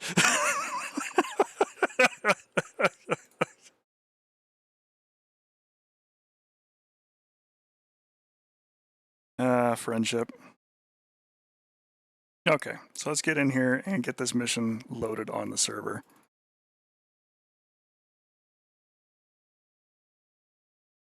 Special.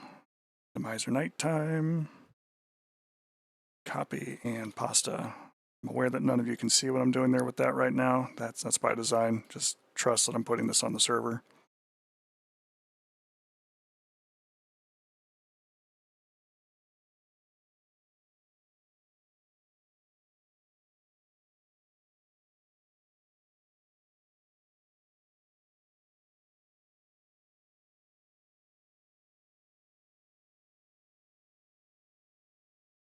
All right, nobody's on the Normandy variable map right now, so we'll go ahead and flip that one over on the master server. That is doing its thing, so we'll go ahead and log out of that.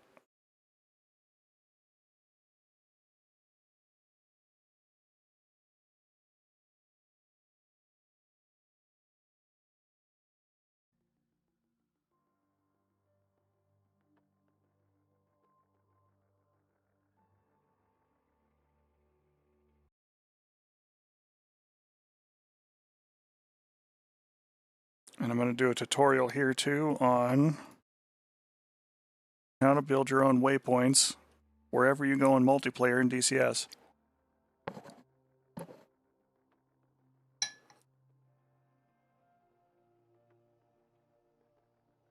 That way they are preloaded on your aircraft before you spawn even the first time.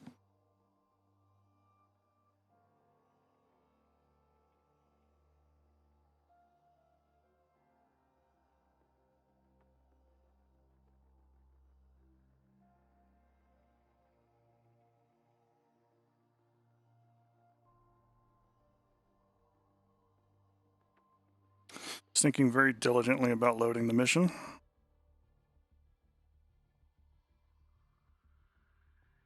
Cold War Germany's a fairly sizable map.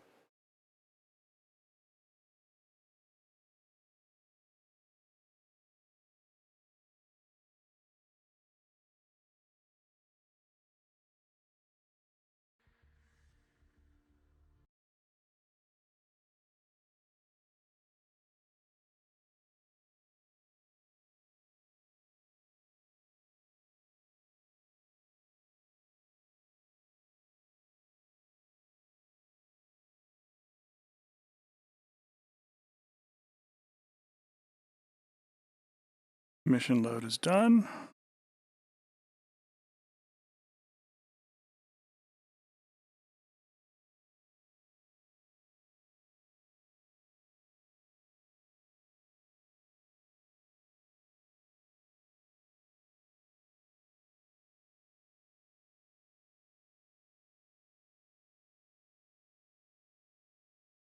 Thinking very hard about it. All right, there we go. So the first thing we're going to do is join the Blue Coalition. I'm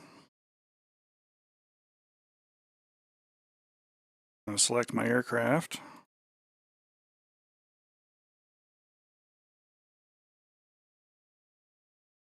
And paint it all up nice and pretty.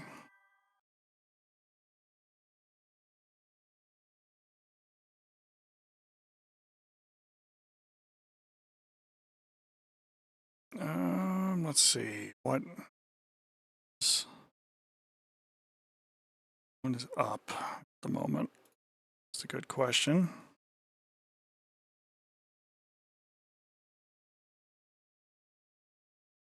Worry about that in a minute. We'll just go with kind of a default putzing around loadout. Carry some sidewinders, some shrikes, because we know how those work. Do low blow and fan song.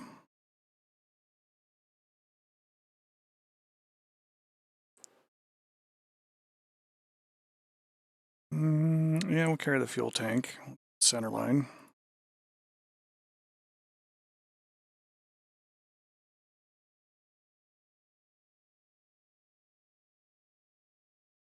Low blow and flat face, rather, is what I meant to say.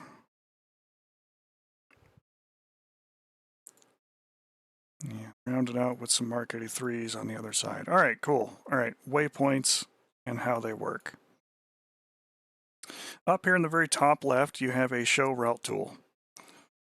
You can save presets. You can create all kinds of things. First thing I'm going to do is I'm going to add a waypoint right here for the home base. You can even change it to no altitude to be there on the 0. Pilum is an evil base. It's got things that are on it. Put a waypoint out here, 0 out the altitude, just like I would in the mission editor. Sometimes the SAM site has something on it. We'll put a waypoint on that too. Good times.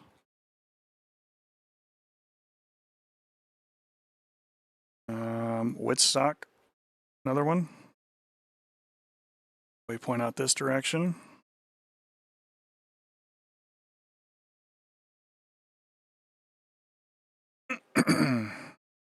This looks like a bad place. We'll do a SAM site waypoint there too. And I think that's all I'm going to put in for now. There's probably going to be other circles about where things are, and we can worry about that in a minute, but that's good enough for the moment. And I can save the preset.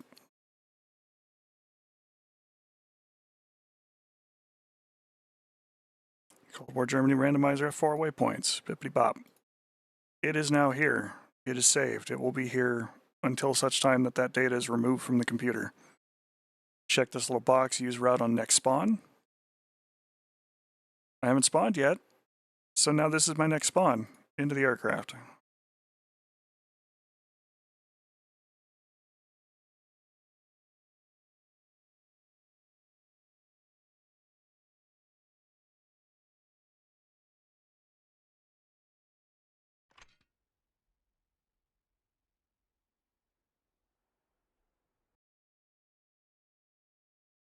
Oh, good. Actually, all 4, just about all 4 of those areas were spots that are up. It looks like we got some other SAM sites that are down there too.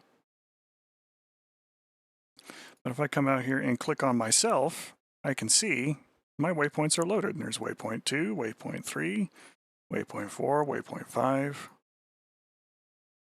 and my starting waypoint back here at home. I can even edit that and create a new one by using the route tool, pulling up the preset and then just making changes and saving it again. And then on my next spawn, it'll make that work.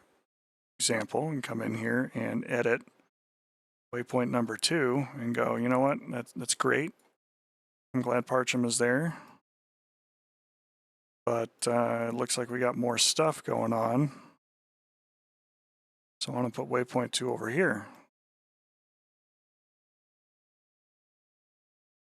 3 is the SAM site. That's a good time. I want to add a waypoint back to Pilum.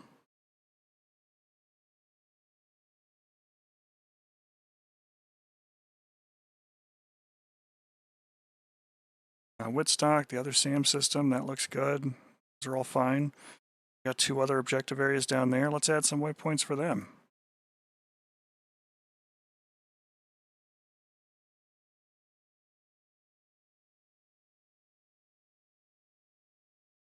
Waypoint 6, we're on the last list. Add a waypoint. Add a waypoint. So now I got waypoints to all of the target areas. I'm just going to go ahead and save that again.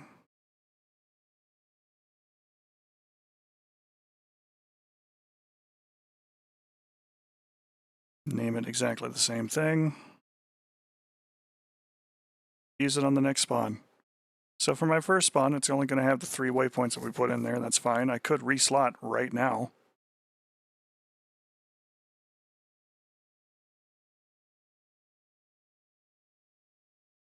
Select my Cold War randomizer. Got my jet. Everything looks great.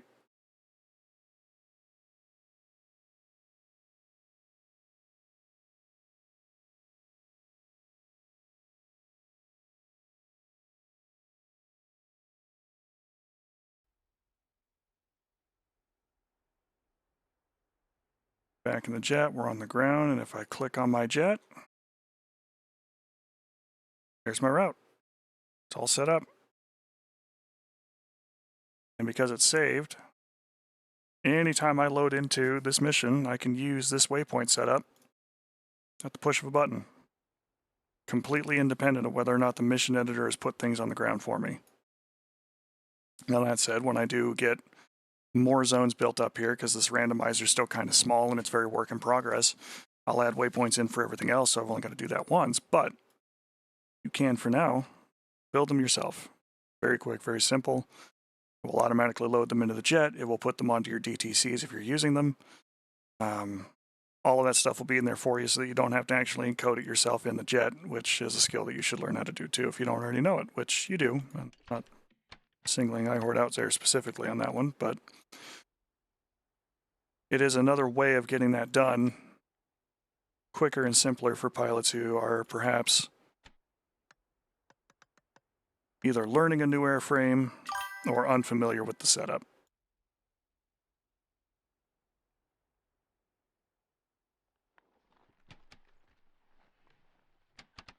Which alignment do you want? Okay, stored heading. How about lawful good today, Jester? We're going to go really wild with it.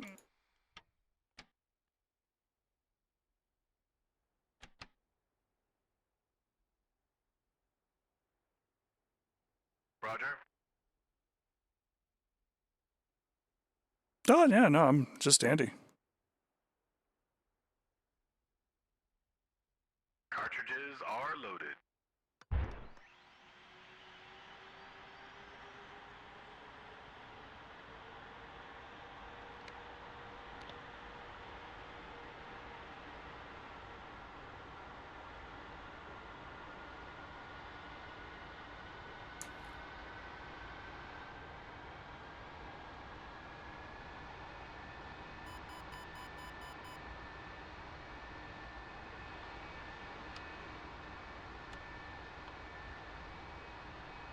All right, there we Let me know go. when you're done with the generator so I can start. Wilco. You heard the RWR system go boop, boop, boop, boop, boop, buddy. The generators are on.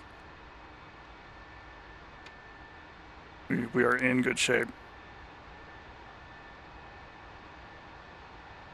Silly man. Silly, silly digital man. Why does Gray Flag have to be so overwhelmingly broken?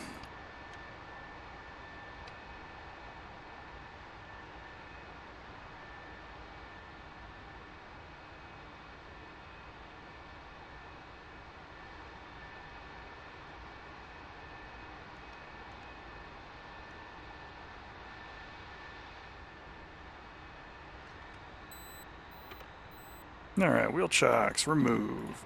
Roger. Takeoff trim, set to 3 points down.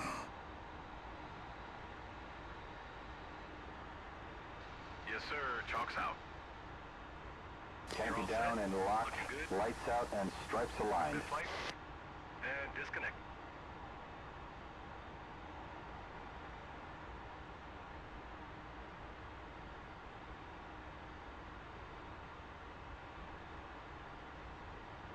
Jester is not quite done with the alignment.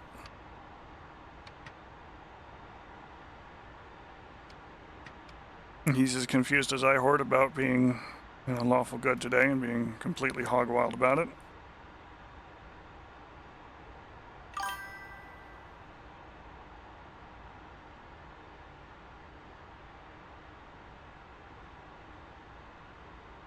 There we go, got my aviators on.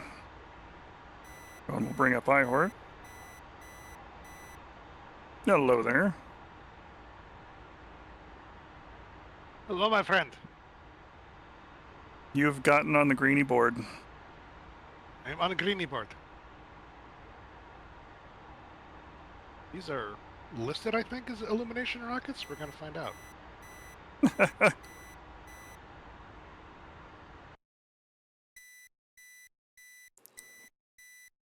don't know why it gives me 36 of them, but hey, why not, right? When in France. Alignment completed. Go primary sync now. All right, ready to taxi. I will go primary sync in just a moment. I need a fan song instead of a low blow streaker head on my Shrek, please. Request rearming. You silly man. Copy.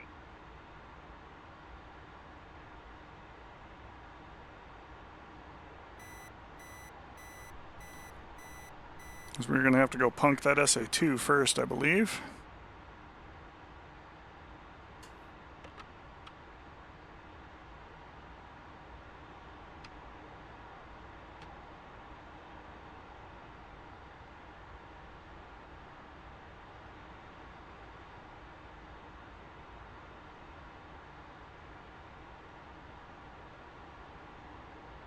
Got our sunglasses on, so we can wear those at night. That way we can see everything. Sadly, no night vision headset there is worn in the mirror.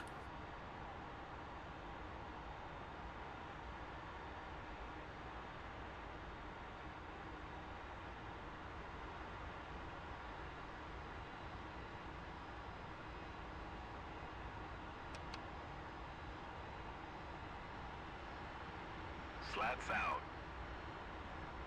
Flaps down.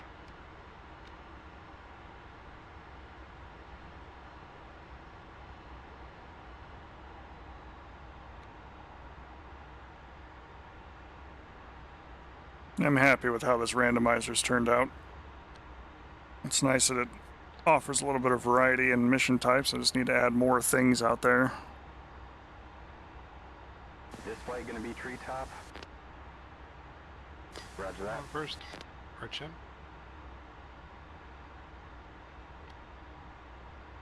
Say again? Are we going first, Parchim? Probably the SAM site around there, yeah. There's also the little bunker place out there. It's an SA-8 and a 9 covering that one, possibly.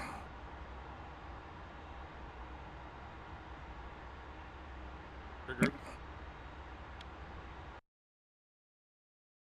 Yeah, bunker group. Kind of just across the border there.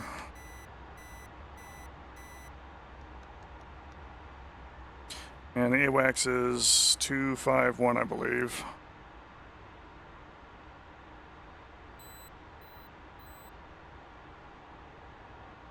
Overlord 1-1. Request bogey dope.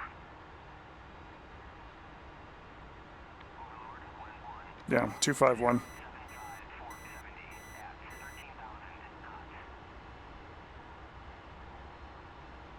I think after stream here, I'll make a couple of minor edits to that and probably spend some time in the gray zone.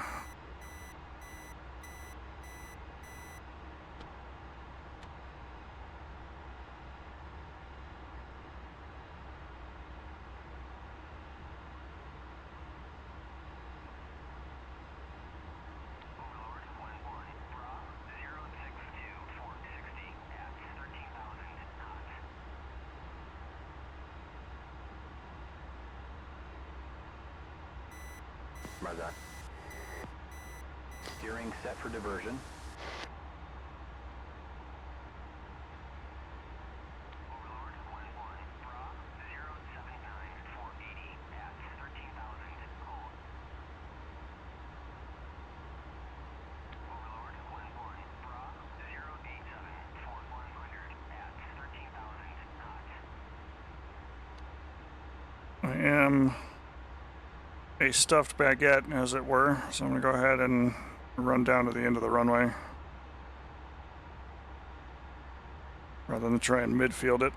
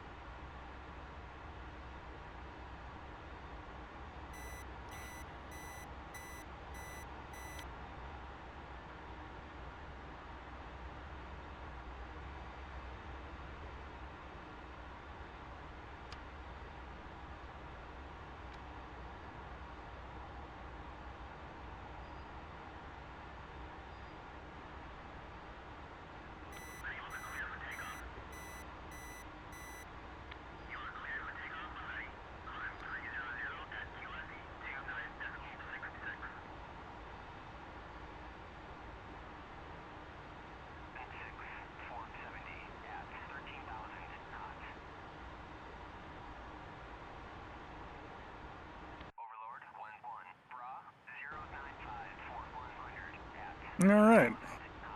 There we go. Engine's good. Airspeed's coming alive.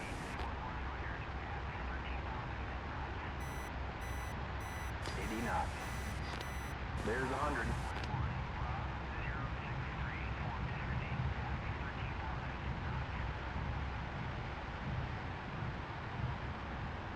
Heads up, nails, 12 o'clock. And nails, 12 o'clock. Gears. I've achieved lift. Gear up.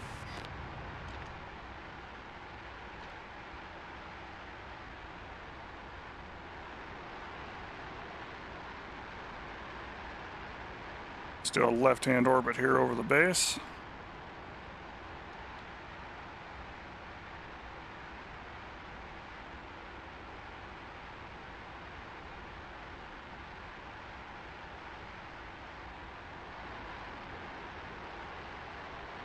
And push in to go introduce ourselves to those sites. Of course, it starts me at completely the wrong end. There's no right in on this facility. All of the parking areas are kind of in the middle of the base and offset from the runway.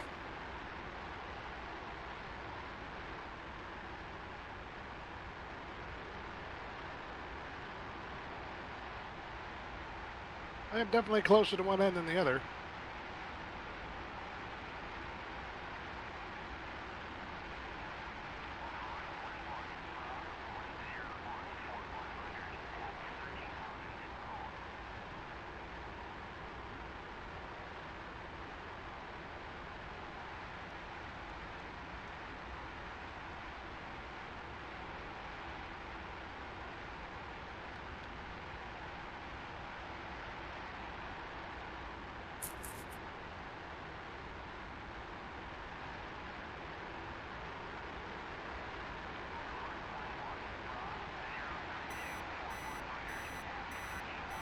Heads up, nails, 6 o'clock. And, nails, 6 o'clock.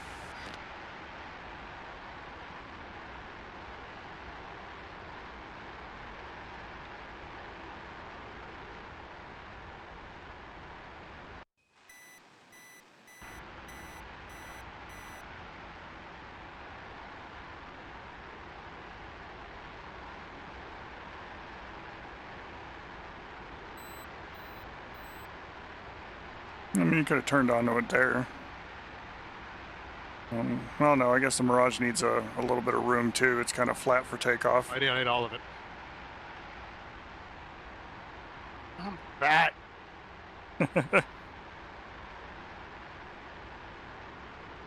Behold, we are the enjoyers of bread. That was the French curve. OBB.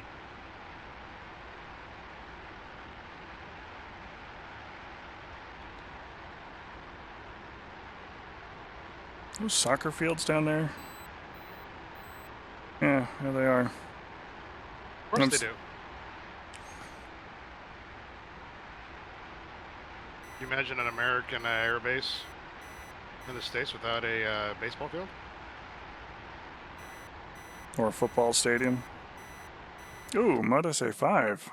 Well, not all of them have football fields because they're kind of big, but they all have somewhere a softball field tucked away. New bogey. Mm-hmm. Let's check for IFF returns.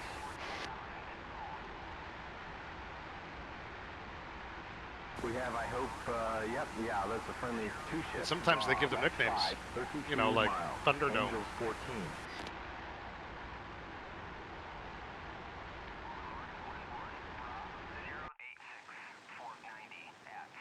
Just saying. Mm-hmm.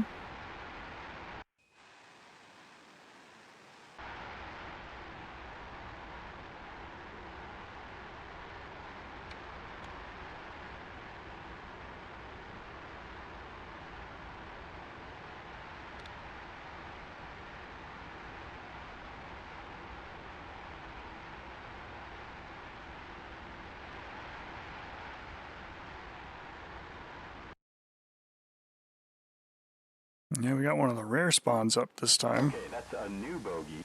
Right, 35, 29 miles, 25,500. In the form of the SA5 system that's up. It's a friend. IFF checks out.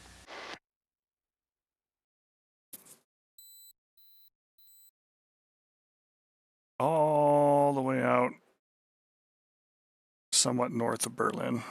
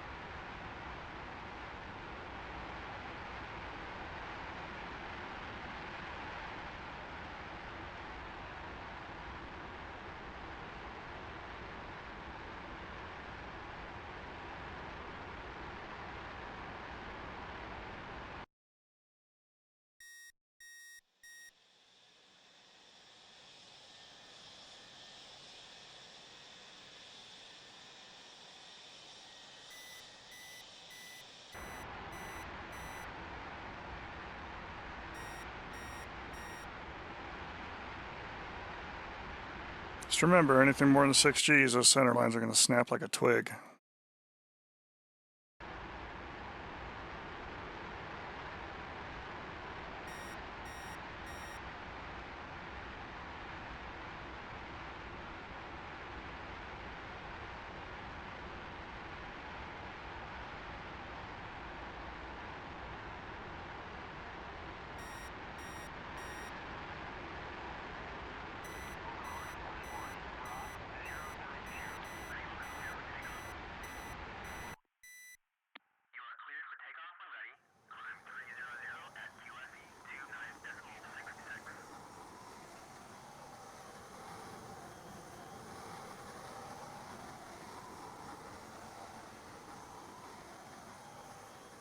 Mirage really kind of is like a super F-105, isn't it?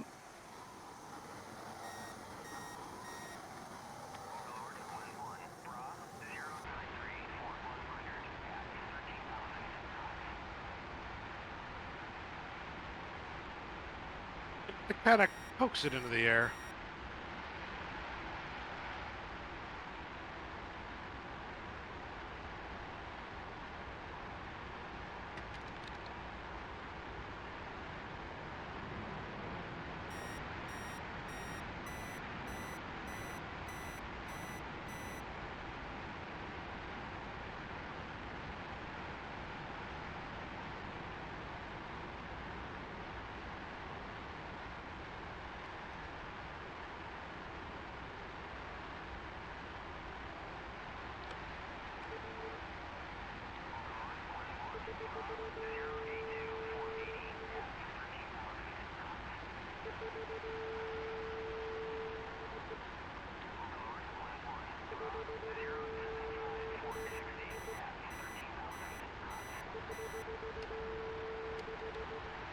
I have a new bogey.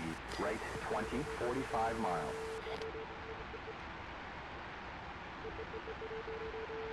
The target paints. Definitely a friendly. I have a bogey. Right, 15 degrees, 44 miles. That's important.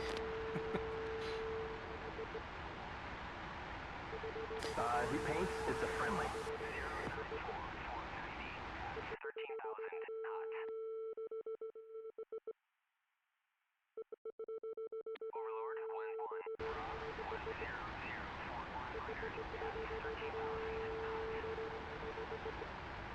Gotta turn on my IFF if I don't want Jester shooting me in the back, huh?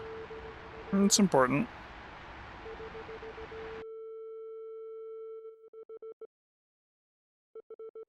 Oh, there's a bad guy. There's a bandit. Mirage F1. 1 o'clock. All right, got a new bogey. Right, 35, 38 miles, 28,000.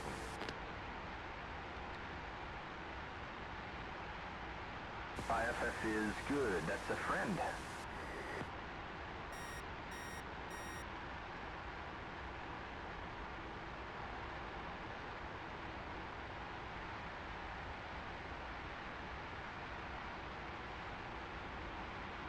Okay. The enemy begins where the amber light begins.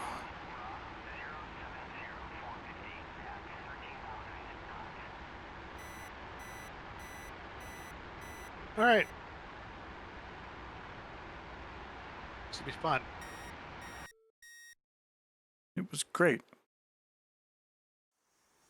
Where are you going?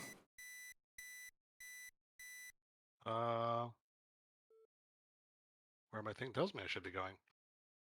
I did something wrong, didn't I?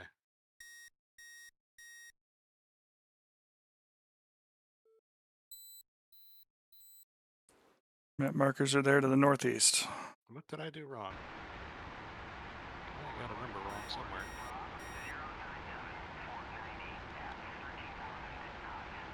Oh, that's what I did wrong.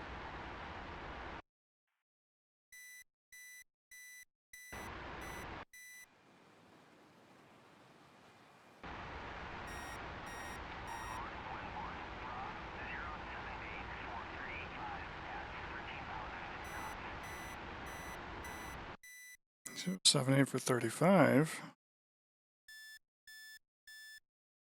Oh, we got mud. 1 o'clock. SA2.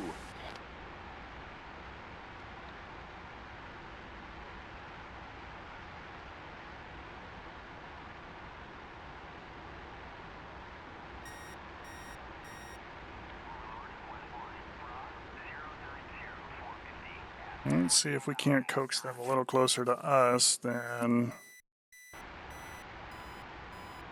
the SA2 site.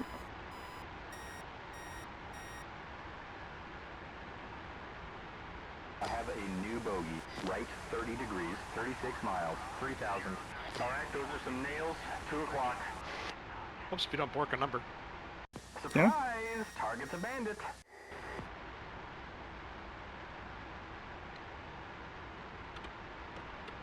Like be off by a whole degree in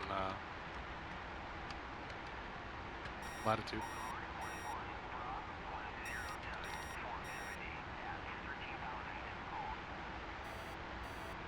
Sparrow selected.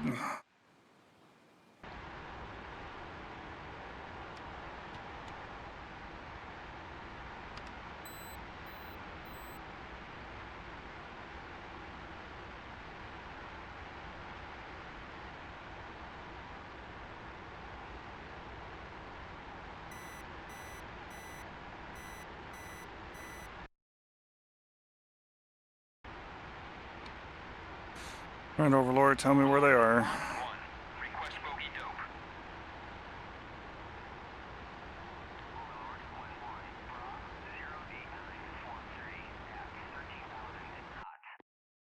Nine for 30. So I'm just north of the SAM site.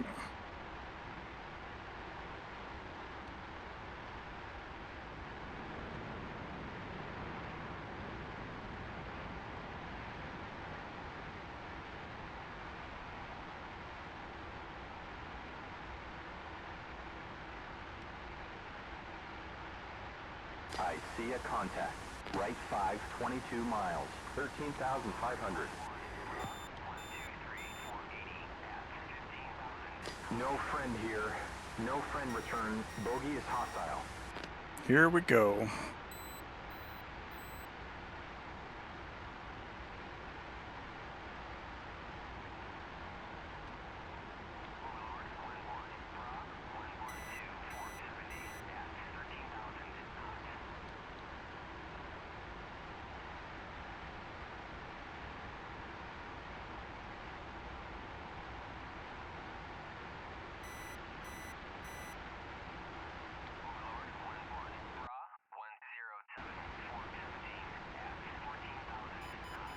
We got a stinger right on our nose. SA2. Locking bandit. Right 5, 17 miles.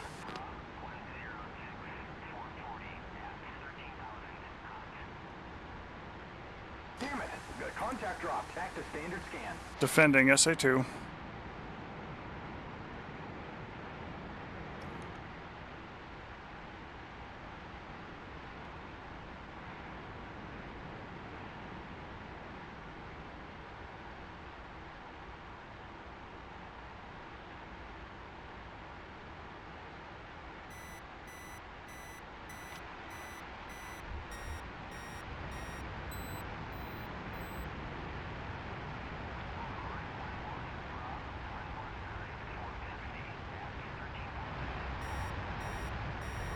Two's defeated. Yeah, but 6 o'clock. 6 o'clock. SA2. All right, back to scanning.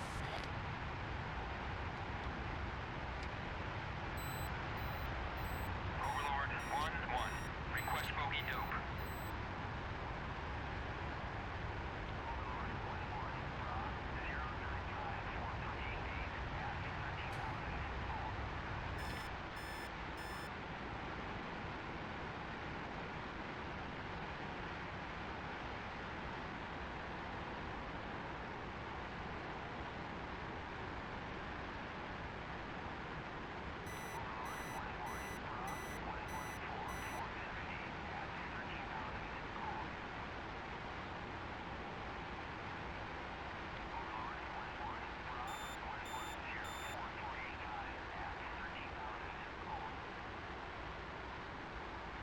Okay, these other fighters definitely didn't take that particular bait.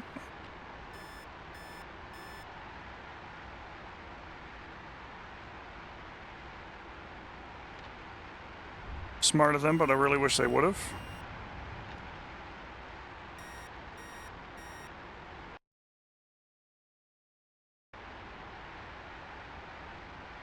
Mud SA8. Mud 1 o'clock. SA8.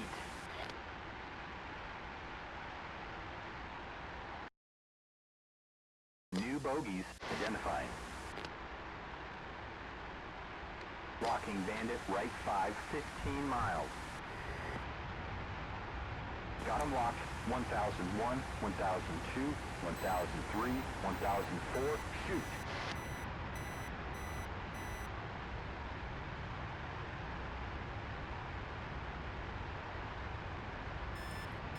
One bandit locked up. Trying to press him.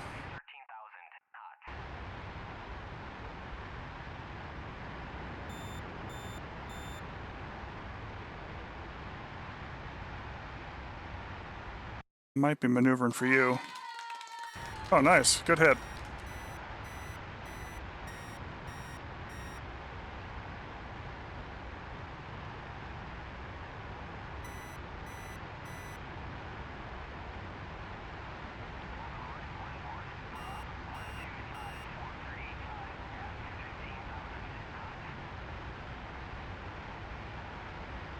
Come on, buddy. Come on. That's it. That's it. Up nails. 12 o'clock. Box one.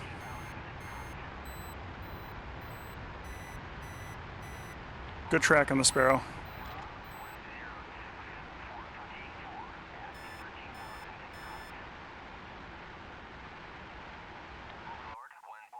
I lost lock. Okay, sanitizing the sky again. Splash Bandit.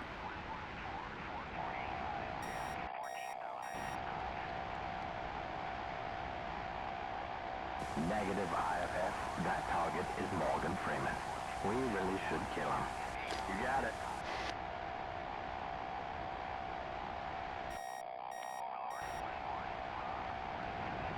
One 179 for 5. Back to standard scan pattern. He's down low. He might be chasing you. Okay, back to normal scan.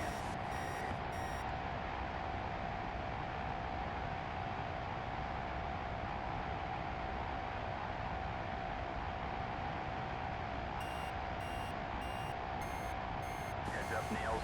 12 o'clock. Yeah, I'm just running like a bat out of hell right now.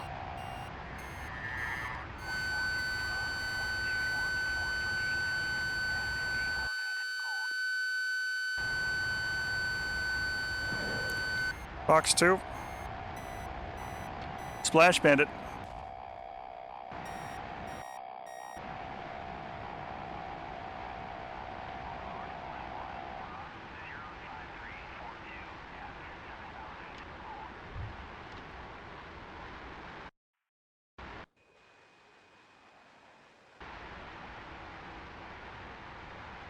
Target's destroyed.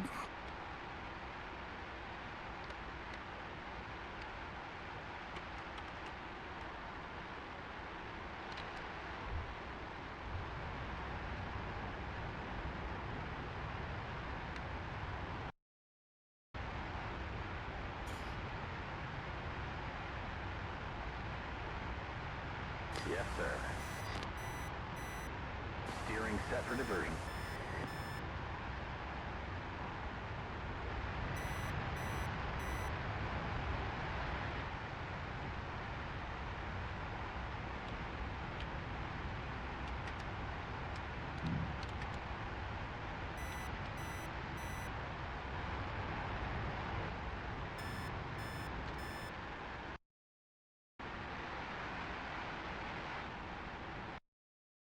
All right, what's my major intersections There's there? a 5 out there. There is.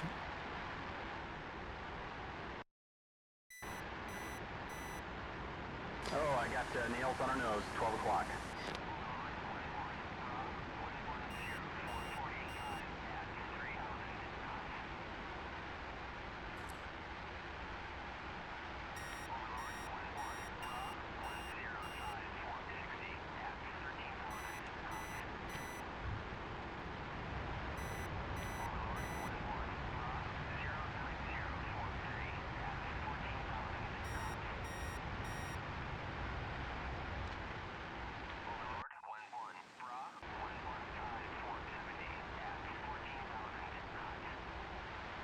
Here's 0.25.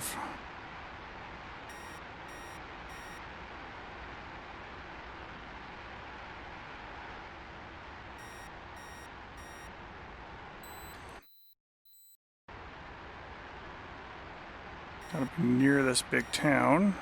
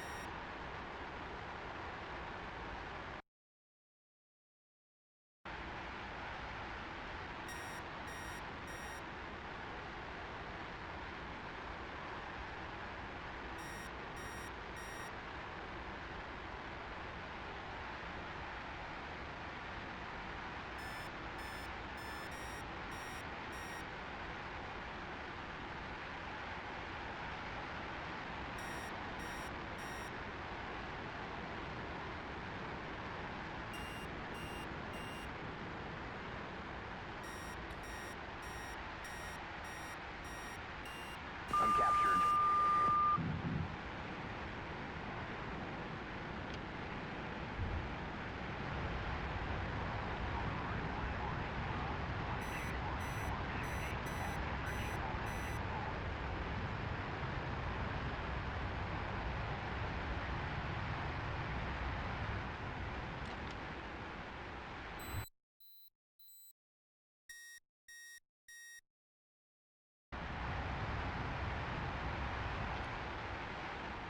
Okay.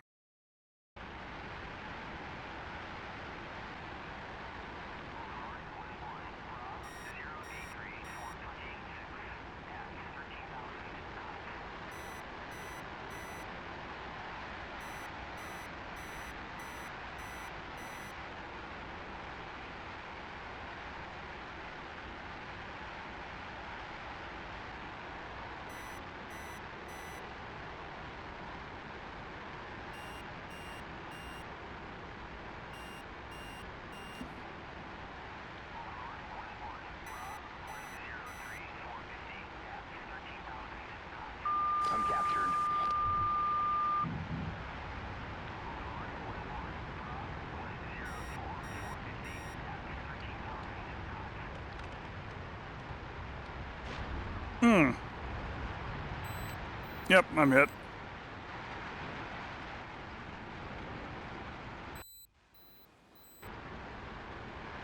Very much on fire.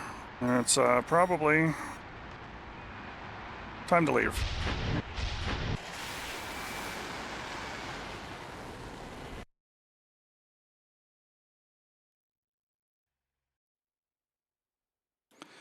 Eight's still up, but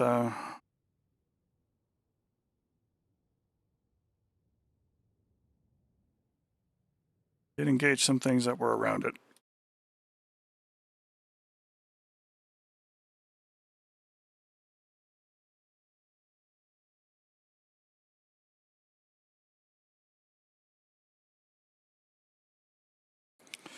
Not bad. Not bad at all. I think it will take a minute there and go ahead and put a pin in that for tonight, but we did do some good night and twilight type operations there with it. Gotten a couple of good dogfights. Well, not quite a dogfight. It was a BVR engagement and then a head-to-head sidewinder shot. But that did work out, and you got that SAM site and killed it. Well, good there. Be some cover. That helped. Yep. Teamwork. Teamwork makes the dream work, and I think that's going to be. Yeah. I think that's going to be some of the focus for some of our Pilum Teaches things going forward the next handful of weeks. We'll see what we can work out. But with that, we'll go ahead and mute up here and do our usual closing type stuff. All right, today was Pilum Teaches DCS. We focused a little bit on working at night in the F-4, talked about how to do certain things, got some of those things done, dropped some illuminations off there, put some bombs down range, landed the aircraft at night, all good stuff. Took it up on the Germany, played around a little bit there. Always good things there as well. With that, I appreciate all the likes, the follows, the subscribes. Those things keep the channel moving and flowing. I appreciate all those things very, very much. If you would prefer not to spend your Bezos dollars here or operate Twitch in that regard, you can, in fact, donate at coffee.com/PilumJRMR. I will use that money for the coffee, much of which I've been consuming and now need to go get another cup for. Catch us in the VODs there at the YouTube channel at PilumRMR. Our next stream that we got coming up is Monday DCS at 6 p.m. Just some general flying with the team and everybody else. Followed by classic games, following through with more of our Tribunal playthrough. We're going to be exploring some of the Dwemer ruins there and dealing with the various conflicts between Almalexia and Helsith, which should be fun. Friday's Arma 3, probably doing Impasse again there. That's been a lot of fun so far, so we can keep on with that. And then Saturday, we're back for Pilum Teaches DCS, which is going to be a little more team-centric, is the hope. Even though it is 5th of July, holiday weekend, probably do some fun things there with that, which should be good. As far as the Pilum's Not Quite 24-hour stream coming up, that is looking like it is going to be the 12th, but I will have that date nailed down and on display an advertisement there for you for Monday, so stay tuned with that. With that, always ask for consent, try to communicate as best you can with the partners, try to be genuinely decent human beings, and I will catch up with you very soon. Thanks for watching, folks. Have a good day.